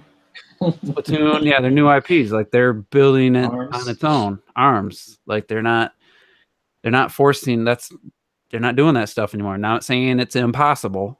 Not saying that there won't be an appearance of Mario, but to even give a second thought to thinking, oh, the next 2D Mario is going to have forced Labo bullshit. Like, to me, I don't know how Those why that would even comments- cross your mind.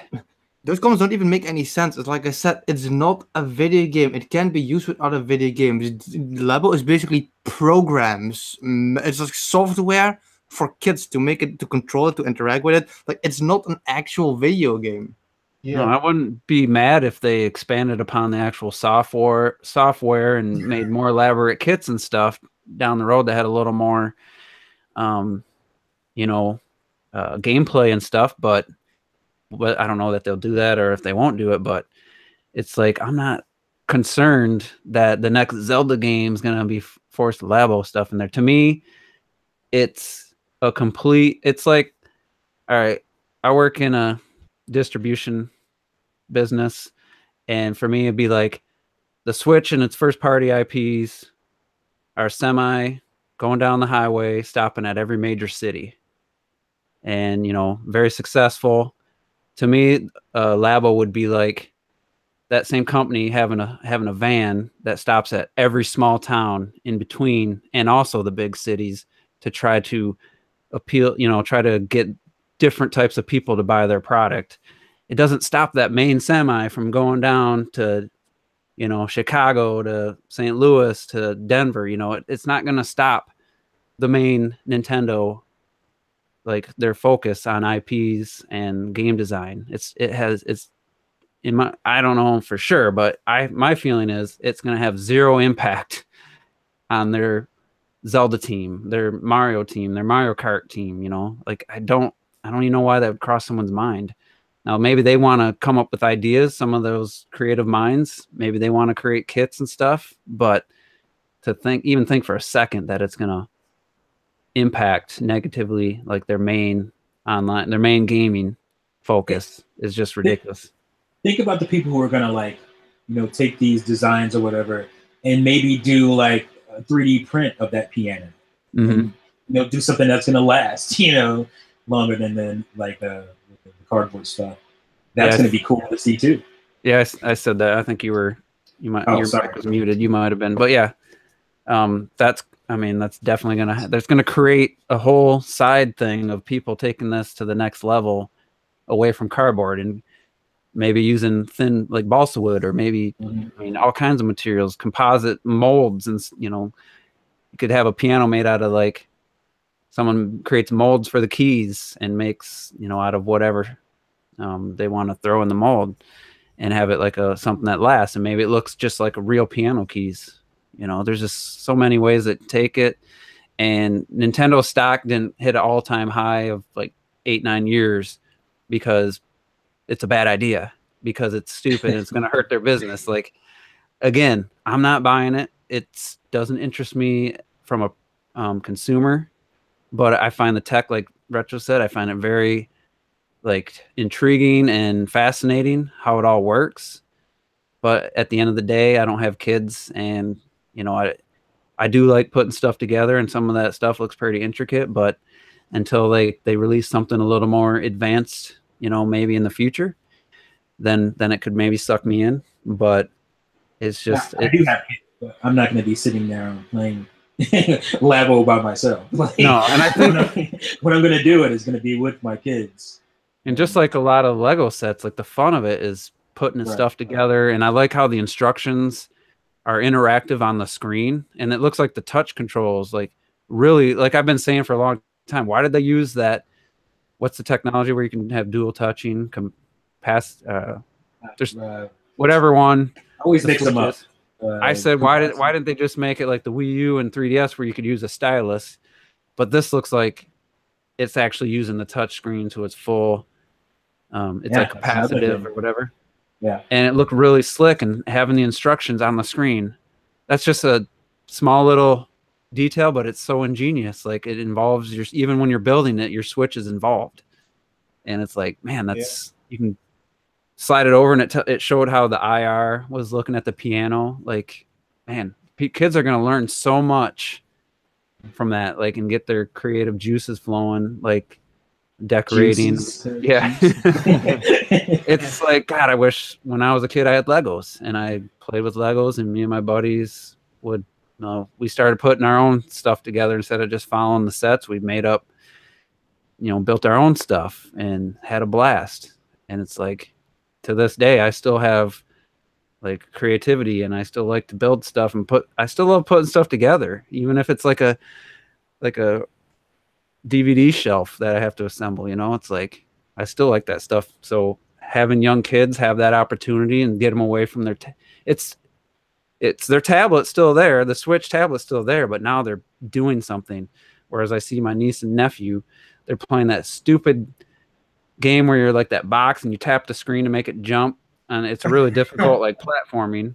And I asked you this last time, Robert, what the name was. I keep forgetting. It's like set to like music, Geometry Dash or something like that.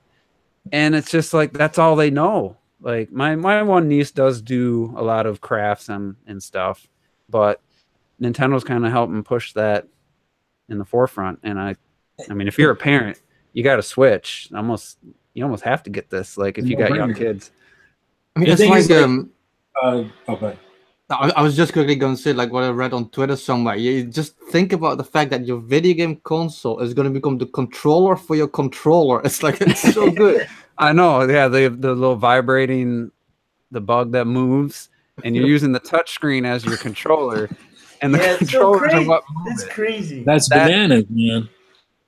That, to me, like, you have to have a smooth, flat surface. It'd be interesting to see how that actually works. And then you have the dude that like falls flat. Like, how many times is that cardboard going to hold up to that? I wonder. It feels like once, but the Joy-Con isn't that heavy. No, but still, as soon as that you bend a cardboard joint back and forth a few times, and it's pretty weak at that point. But what I was going to say is that, like, I think Player Instance, he made on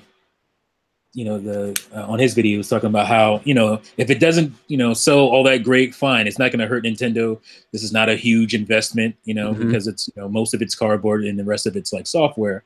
And then, so they probably, it didn't put a whole lot into it as far as like financial, but the thought process is a lot, but financial is not going to cost them that much. But it on the other end, on the other spectrum, this could do gangbusters.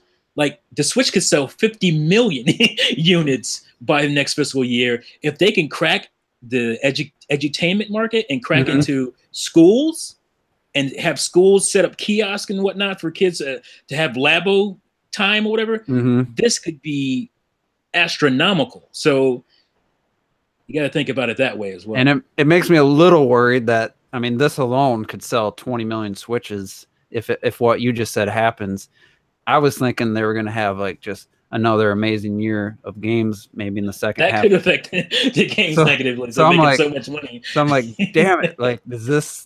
They knew this was coming, so that's why he said 20 million. I still hope there's some great games coming, the second half of 2018. But that would be the only thing that goes against my theory that there is some heavy hitter, whether it's a Pokemon or something coming, because that 20 million was looking like, wow, how are they going to do that? Now it's like, how are they not going to do that?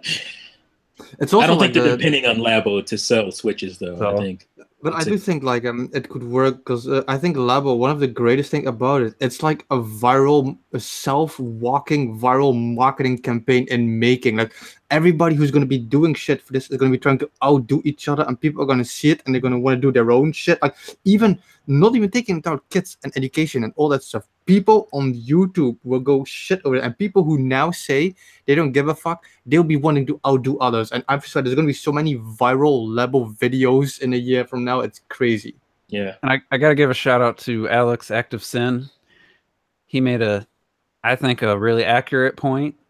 He was probably also taking, you know how Alex is smart ass. He's probably trying to stir the pot a little bit, or rock the boat. He said, funny how cardboard creates more excitement than the Xbox One X did, you know?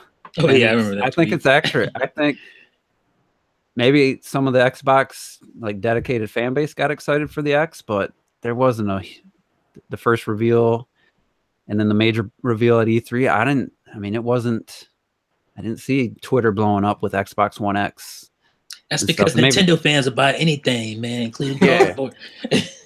But it is. I think it's 100% true, and I think that's why I think the biggest guy, or, you know, the people that are most against this or trying to hate on it the most are worried that it's true. Like some cardboard is going to be, more popular than the most powerful console in the world, which I played again Saturday. My buddy had to do a hard reboot because the thing wouldn't play any games, and you kept hitting turn off console. It doesn't tell you it's sleep mode, but it is a sleep mode. When you pull the plug it back in, it's like a 2-minute boot up. His system just would not work right. It turn on, it looked like everything was fine, then you go to play a game and nothing would happen. But did it make you more erect than regular? So about 10 minutes later, after thinking it was TV, HDMI cord, and we pulled the plug because the screen would go black when you try to start a game. We just said, fuck it, pulled the power cord, turn it back on, and literally there's this whole... Why'd you do that? Scorpio engine. No, it's like this whole Scorpio engine logo and all this extra Xbox logos, for about 2 minutes, and finally got to the hub. And everything worked. I mean that happens with a lot of stuff, but that felt way more like a PC than I've never had to. You had to do a hard reboot on that bitch. Other than if the Wii U got locked in its early days, a game would freeze and you had to pull the plug. Oh god! This was like an operating system, everything. It had to do a hard reboot. But anyway, so I like the title of this video is Labo is Fantástico. I did that, trying so to much cheese in these titles. Draw some people in. Also, I was going to do Labo as Fabo, but somebody else stole that with their video. They stole it. Oh, I see what's going on. He didn't even know. Like I watched ICT video, and I'm like, that was literally going to be the title of this podcast, or if I did a Juice Opinions, was Labo is Fabo, and maybe it's I made him go Spanish. Fantástico. Yeah. But I'm not saying it's like, oh my god, it's so awesome, can't wait to buy it. Like I said, it's not for me. But if you can't recognize the brilliance of this, no one saw it coming, and the shareholders have responded. They know it's going to be huge, and it's just there's so much good about it.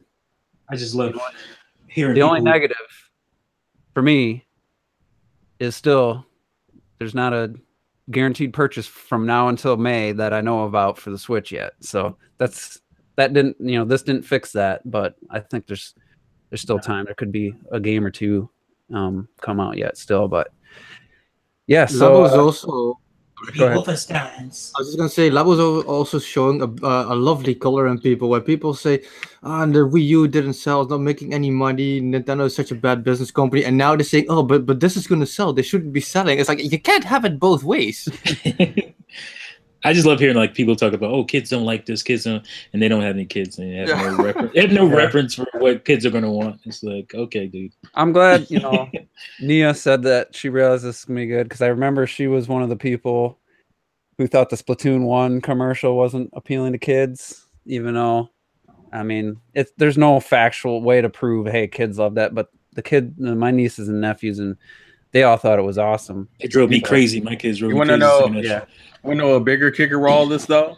You have the YouTubers who don't like it, and then they showed it to their kids, and their kids love it, and so they're like mad and shit. No. They're like, I gotta buy this fucking cardboard piece of shit for my kids because my kids like it. And I'm like, well, guess what, motherfucker? That means it worked, didn't it? I thought it was a bad idea. Yeah. No, Muhammad, the kids don't need to buy a Switch for the when I'm talking about the school thing, the school will buy the Switches. The school have bought way worse junk I know. For the system. Trust me, I know. Being in PTA now and seeing all the crap that the budget goes to, and it's worthless garbage. Like, this is a good thing. This is a good investment, especially if Nintendo continues to add more software, add more builds to it and stuff like that. The school will buy the Switches. The kids don't have to buy a Switch and come to school with it.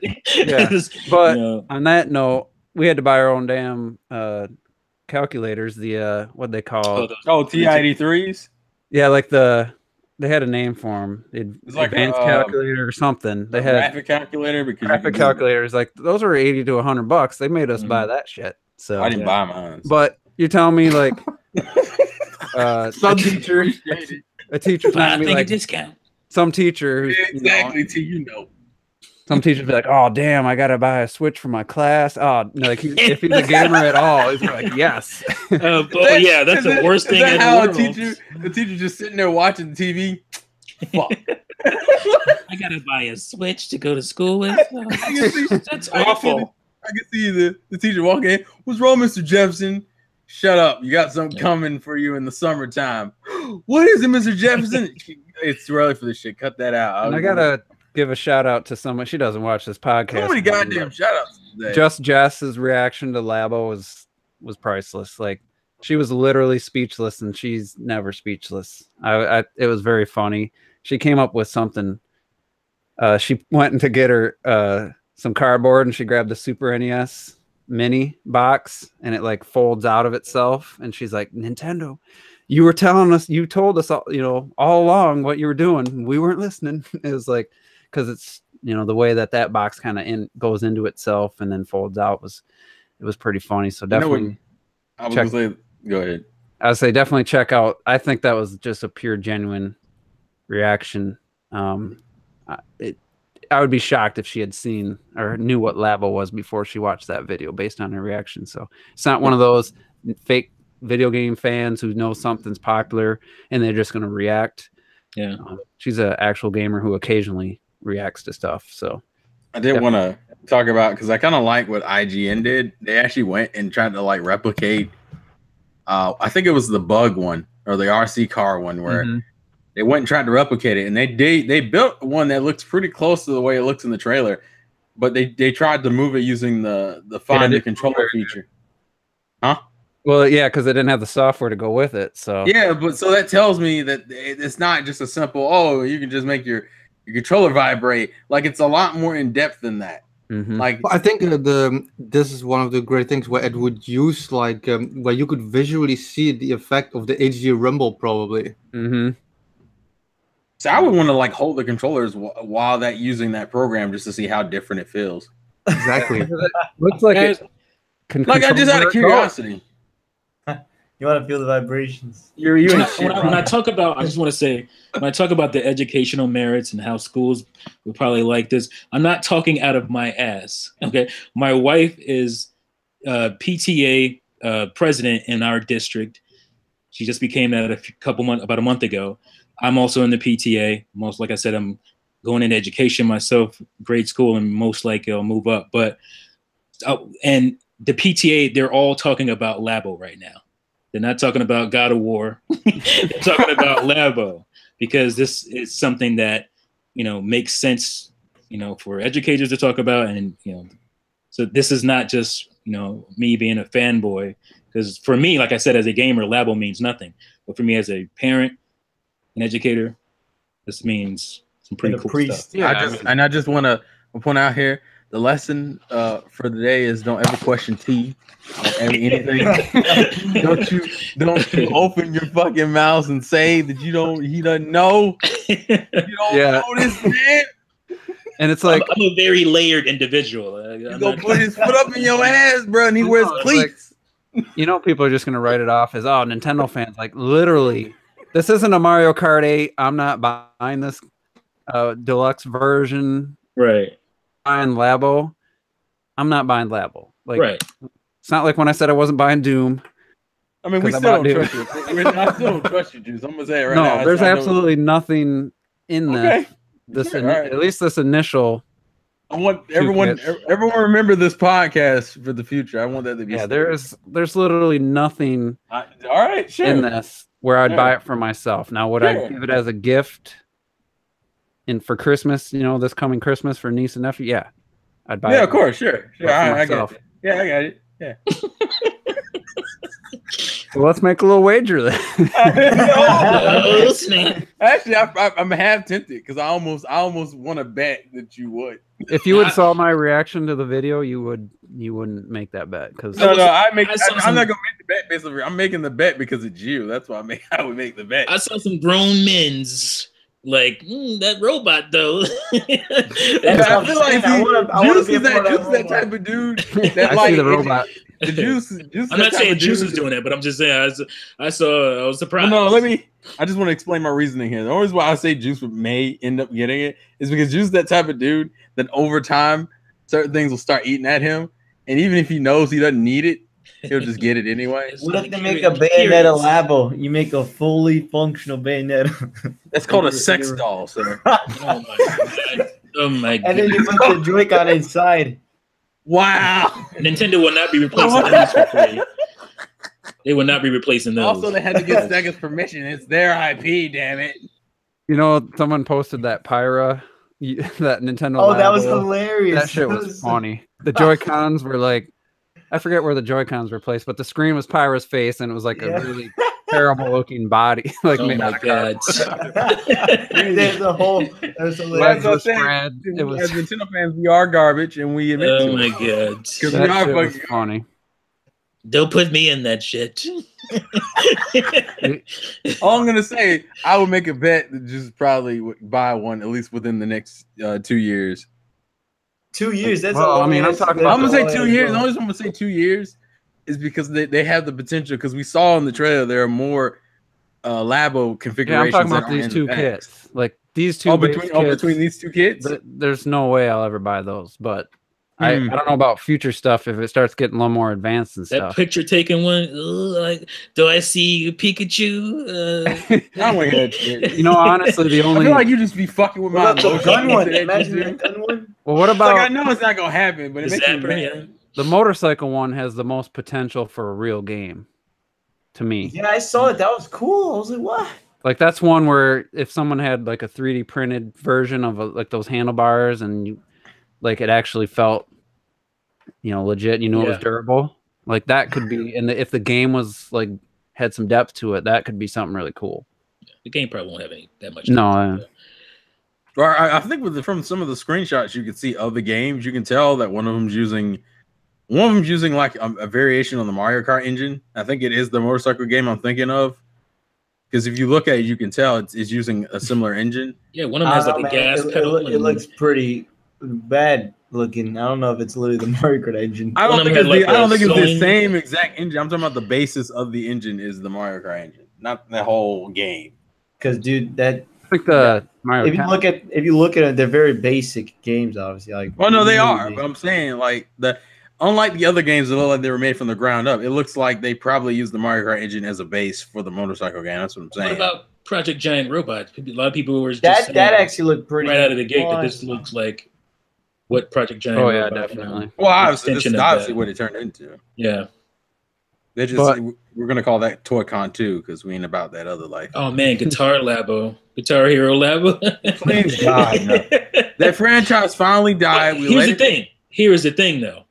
Like along with like that the piano thing, like you can legit teach kids how to play instruments. Yeah, and literally have it like have the hear the actual sounds, the real keys and all that stuff. Yeah. That is great stuff. And but I for can use that too, so I can learn because I don't know piano. Well, look at the you don't know a lot of things, Robert. It's okay. Look at the link in the chat. One thing we didn't talk about is the piano has a play and pause button, a record button. I don't understand that. Knobs honestly. probably to adjust, pitch and maybe stuff. you can save your music and Yeah, but you're hitting the button on the all box. kinds of Like, stuff. how does that work? It's like you're hitting the button on the box. Like, how does that work? Because it probably has reflective tape on the inside. Yeah, and it reads it. What's the thing? So on it the knows very that the top? button press is a save button, I guess.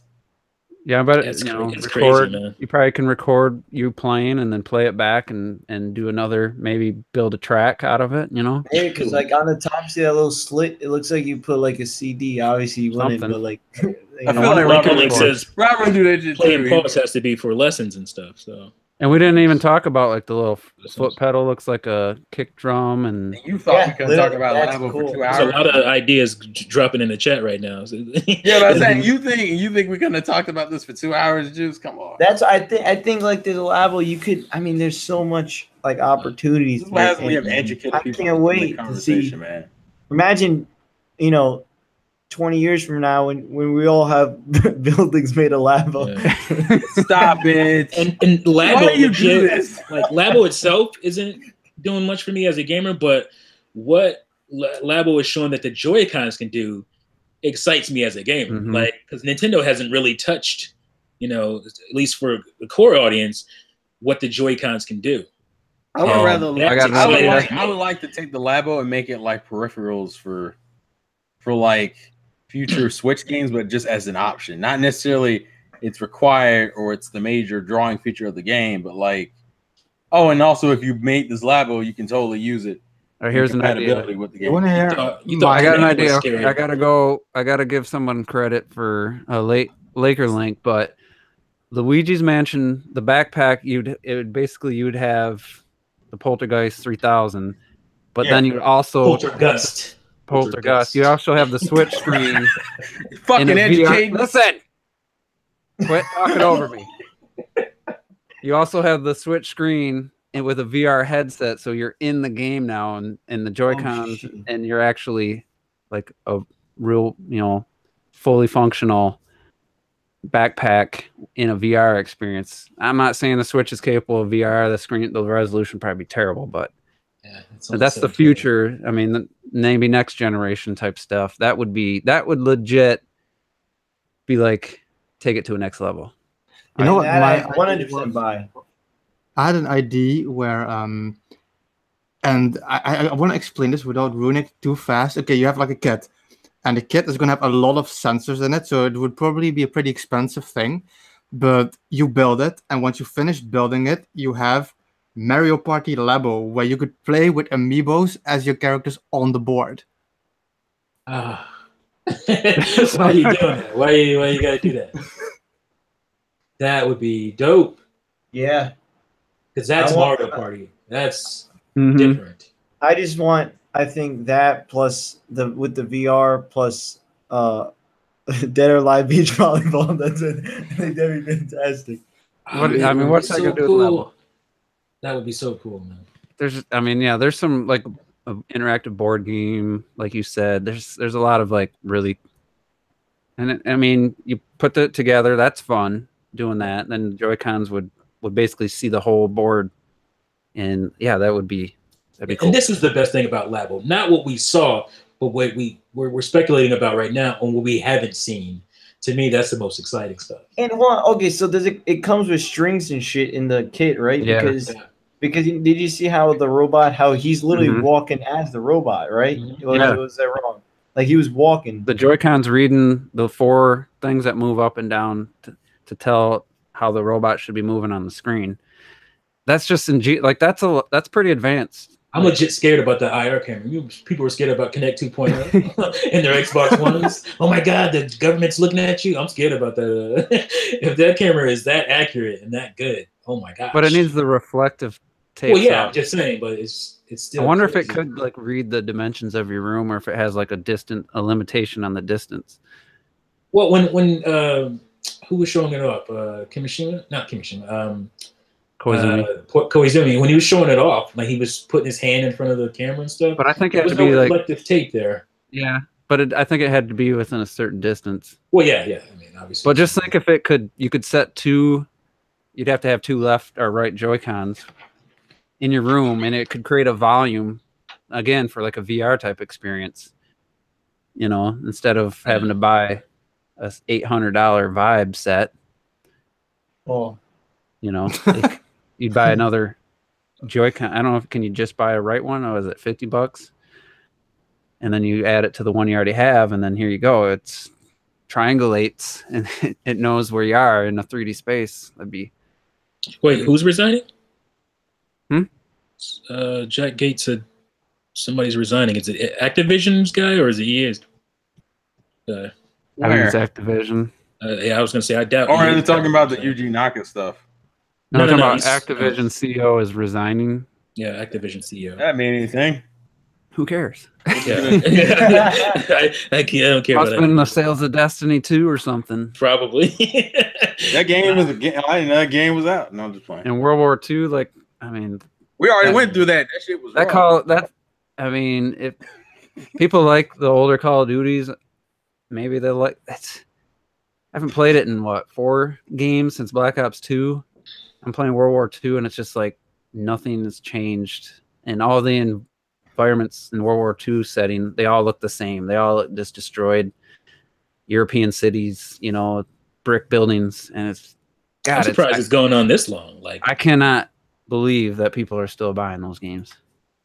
All the same issues still there. It just blows my mind. If I'm not mistaken, it's definitely #1 in the US. I don't know how it sold, overall, but when you got, Labo isn't for us, but just the fact that something this creative and this like no one had even thought of before to use with a game system is coming out. You got this kind of unique ideas, coupled with the fact that I was watching championship football, yesterday. The second game was a blowout, but I didn't want to turn it off just in case. There's been some comebacks. Put the Joy-Cons on, slide the Switch out of the dock, and grinded on Xenoblade Chronicles 2 for 2.5 hours to, try to finish some Affinity charts with some characters, and it's like. I don't know. I get how you get to the championship game and get blowed out. I know. It was embarrassing, but man, it was so nice to, I was spoiled with the Wii U. I could do the same thing, but to have, I could have took it anywhere, but I was still in the living room. But just to have that functionality again, just makes me so happy. And then I'm playing Revelations 1, and it looks so good in the handheld. Like it looks even like it's best played, I think, in portable mode because the gyro everything works really good. And it's like, man, to have this system, I'll be able to play Wolfenstein 2, a fairly new game, and Metroid Prime 4 and Bayonetta 3. It's just like if I have to take it off the TV, I just can, and there's really no major sacrifices. It's just amazing that the Switch even exists. Like, so it was just reminded of how awesome that off TV stuff is yesterday. Like, why nobody thought of this earlier? Yeah, there've been attempts. PSP, you could run AV cables into your TV and others. But the thing is that you didn't get the console quality game like that. That hasn't happened until the Switch, and it's so much of a no-brainer. But only Nintendo did it. Like that's just because that's what they do. We're all Nintendo fans. I think everybody in the chat pretty much has a Switch. But who thought that? I had my doubts. I just didn't think it was going to be this good. We're approaching a year, and I'm bummed that there's not some major games in the first half of the year, from Nintendo that I'm excited about. But it's still just a great system, and this Labo doesn't change that for me in as a gamer, but to see this creativity still coming from Nintendo is definitely encouraging that, you know, they still have so much creativity left to come up with stuff like this. Because amiibos, you know, they're really some quality little figures and stuff, but that was more of there wasn't much thought put into it just because of what they do in like Smash and stuff. They just don't really add anything. Whereas like Labo is, I think, a lot more thought put into it, and definitely look forward to seeing some stuff in the future. But yeah, next week we'll have an investors briefing, I think. I don't know if we'll know about it. It's exciting. You know, but I'm curious about the actual up-to-date sales of the Switch, because, you know, it was 10 million. Now you got an analyst saying it might be 14. You know, it's like, it would be kind of cool just to know if it did indeed, you know, hit that mark. You know, that's just predictions. We're not doing that.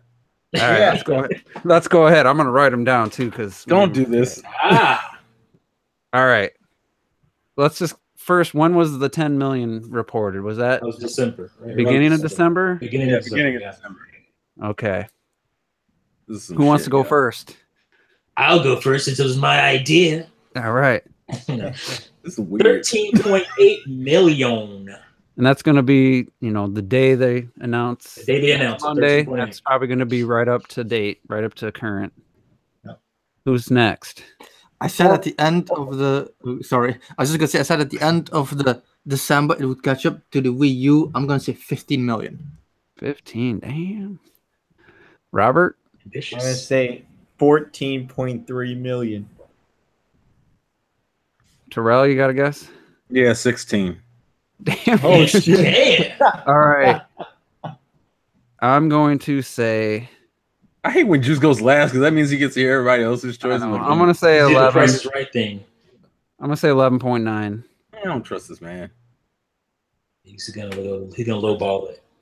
Jack Gates, 14.25. I'll write that down. Just. Yeah, let's do everybody in the chat. Because you don't know, Jack. Enough paper? He was the first one, so no. Visor Grunt said 14. Laker Link says $1.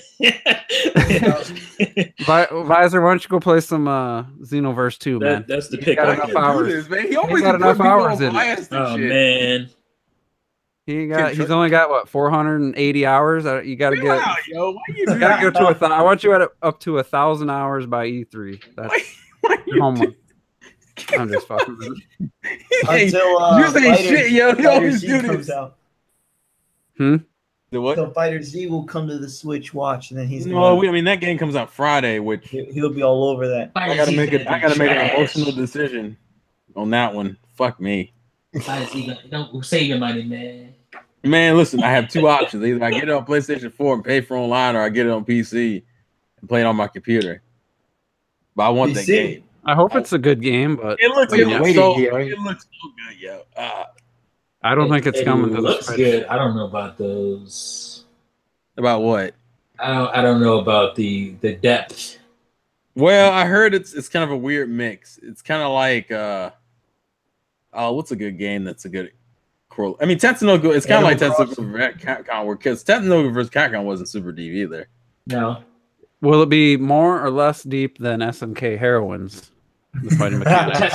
Capcom didn't have all. I think honestly, I would argue they'd probably be on the same level, but because Dragon Ball Z looks better, that's probably what's going to help it. You know what's crazy? I was talking about the sales because it's Dragon Ball. That's a selling name already. Well, I'm surprised me and Retro haven't had this conversation anyway. Because I don't think it's coming to the Switch. I'm going to throw that let's out. predict sales for. No, I'm predicting it will. Well, who's going to buy it on the Xbox? Write this down, Juice.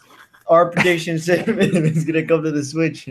We're not doing this, all right? You know how you can tell like Dragon Ball Z. Go ahead. You know how you can tell that Dragon Ball is a selling name?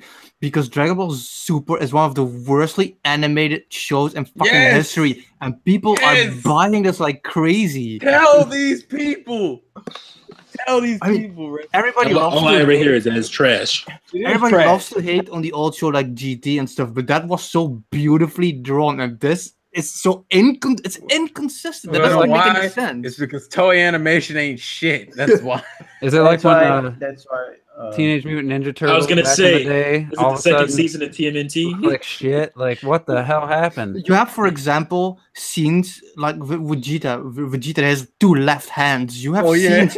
And the next episode is like a flash animation where the background is a completely different style than the episode before, and the characters look like 2D as shit. It is literally horribly done, and that's why that's why the new game Z is going to sell, because it is actually still a quality game and it's Dragon Ball. Yes. All right. Well, we haven't gotten enough representation.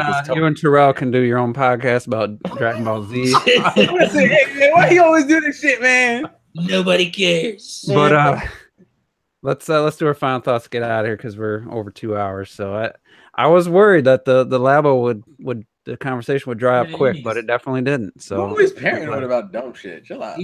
Can we stop this now? Just Labo probably is the one you were most worried about. Yeah, last week I thought we had a good topic, but it didn't last. Like we had to talk about Smash for an hour, really. Yeah. Well, that's just because we get distracted. We got veered off in the Smash. We did. Yeah, but we wanted. Let's do final thoughts. Video games only. Terrell. How dare you? You and your fucking movie podcast. That's the rule.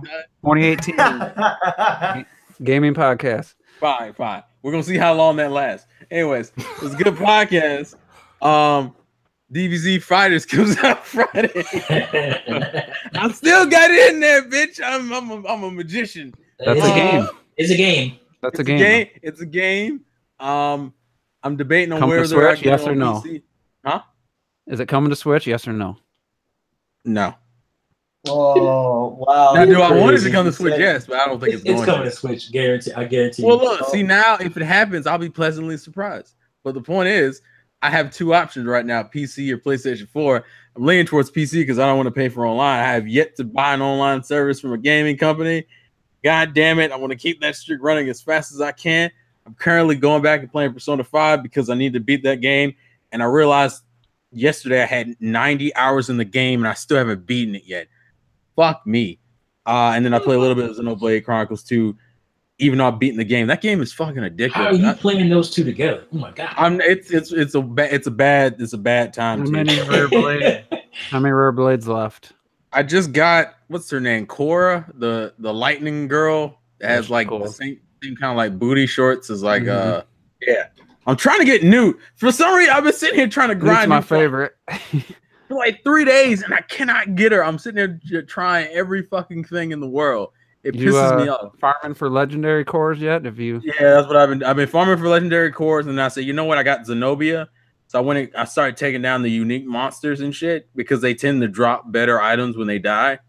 So both of those efforts, I got a few of them, and that's how I got Cora. But I cannot, for the life of me, get fucking Newt to show. Newt shows up as a silhouette, but I cannot get her to come out with that fucking core.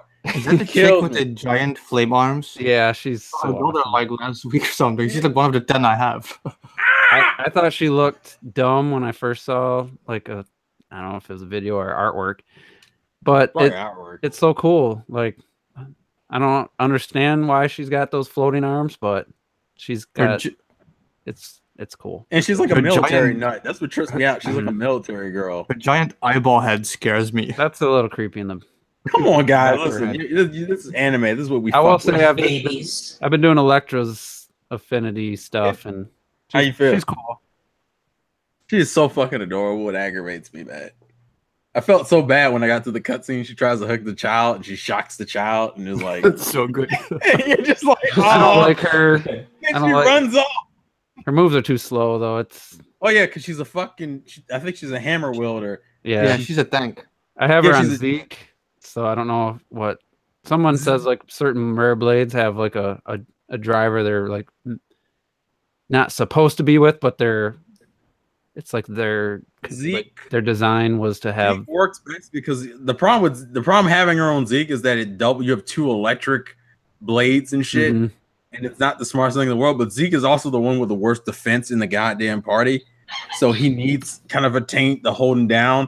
I would just pair him with like a healer or something because Jesus Christ, Zeke.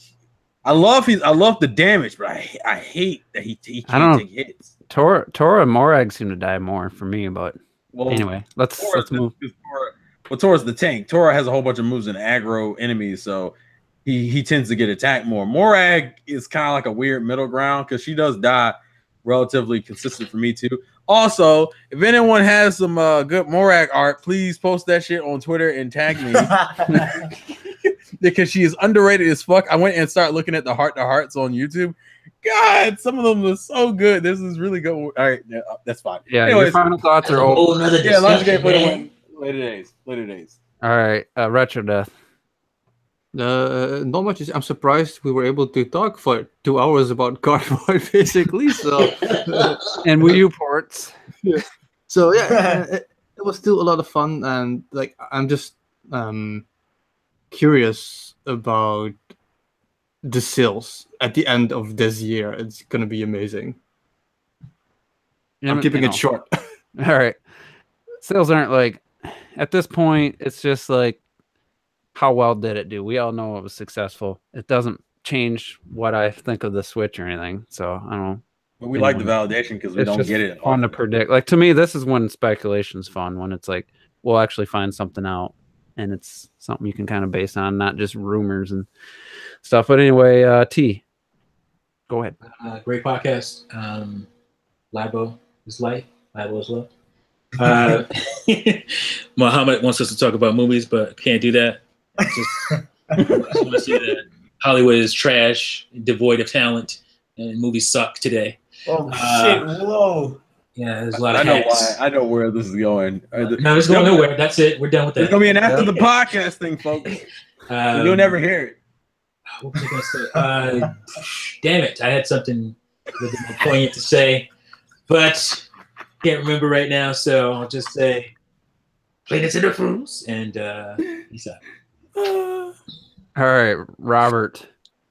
Okay, so as the biggest Dragon Ball Fighting Z fan in the planet Earth, I want to say that there's a huge rumor that if you watch Paddington 2 in theaters, come on,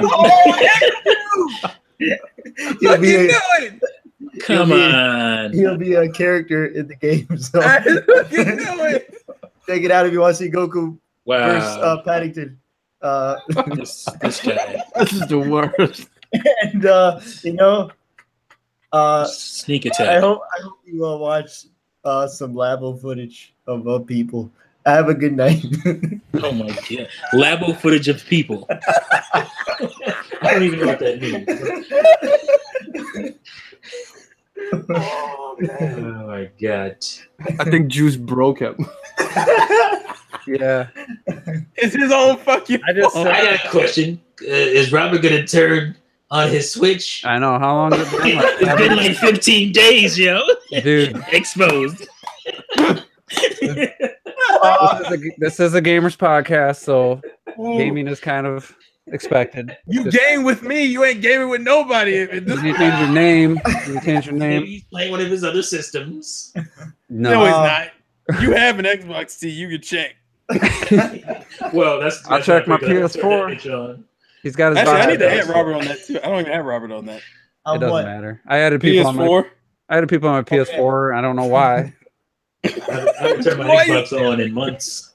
You know what? I will give Sony some credit because you won't. The messaging system, including the app and stuff, you don't have to pay for online. The features that were in Gravity Rush 2 before they took them out was like just like Mario Odyssey's little hide the balloon thing. It was kind of like that. That was you didn't have to pay for online to have that. You don't have to pay to message people on the Xbox or X messaging either. I thought on the 360 you did. You used to. On the Xbox One you don't. Okay, but still. Who wants that trash console? It's still something. Something I gotta give them some credit for because they could have locked that behind. That's the smallest thing you could have given credit for. That trips me out. But anyway, I have. How much you gotta pay on the Wii U or Wii U? How much you gotta pay on the Switch message? 2 years. $100 a month, maybe they would turn it on. I'll throw them some money, but no, you wouldn't. Oh yeah, that's what I wanted to say. I wanted to say that shame on Nintendo for the pricing for tropical freeze. I want to make him walk through my courtyard butt naked, and while I'm yelling shame, shame, shame. All I heard was walk through my courtyard butt naked, and while I yell shame at them. I know what he's Reggie. Yeah. I know what the rest. It's a TV show reference. No, I know, but like Reggie. Nah, I wasn't talking specific. I'm talking about Nintendo, the company. I ain't talking about no people walking naked. So you trying to make it about a personal thing? Yeah, I don't need to see that. But I'm gonna get my final thoughts. I'm gonna finish up. I got Watch Dogs 2 finally installed and updated on my PS4. I haven't played it yet. I finally opened it. I bought it on June 15th or 16th. You bought it on my birthday? Opened it yesterday. Wow. I bought it when I bought ARMS because I wasn't sure. Wow. I didn't know if ARMS was going to have my interest as much as it did. So. Oh, come on, man. So, you know, Nintendo did me a little bit of a favor with not having, you know, every month just be games I have to buy. So now I can catch up on a few things. Like I said, I picked up Revelations 2, got that code from Tommy on Twitter. Thanks again. And then I bought 1 and actually enjoying those. Xenoblade, you're talking about 90 hours in Persona without beating it. I got over 135 hours in Xenoblade Chronicles 2 and haven't beat it yet. You know what pissed me off is that you can beat it. You are literally prolonging it. I'm at the top of the world tree right now. You can literally go fight the boss and he won't do it. He's offended. This is worse than what T was, because at least T fought the boss. Listen, you didn't even fight the boss. Dr. Feelgood has like 200 hours, a bunch of, what did he have done? Like a bunch of stuff I couldn't believe. Like the level at all the towns was 5-starred, and he was on like I don't know, chapter 6 or something. Yeah, but see, fucking. He does that though. He did that. Crazy. Breath of the Wild. He probably still doesn't beat Breath of the Wild. He probably still hasn't found 120 shrines, and he's probably got 300-400 hours. I don't know what he does with his time. Yeah, you do. You know what he does. Forex speeds. He takes a whole bunch of fucking ad shots and sends them to us. That's what he does. Yeah, he spends more time typing. Is this a shade part of the cast? Anyway, sorry. I gotta start that. It's all good. It's all good. Good podcast, good discussion. Hopefully next week because you know it's the 29th in Japan, so that technically means probably the 28th for us in the US. Maybe we'll get some translations by the time the podcast starts, and maybe the investors briefing will have some good info. So we'll see you guys next week. Thanks everybody for tuning in. Live chat was maybe the most active I've ever seen it. So since the Switch has come out. So thanks everybody for tuning in. It's been fun. We'll see you next week.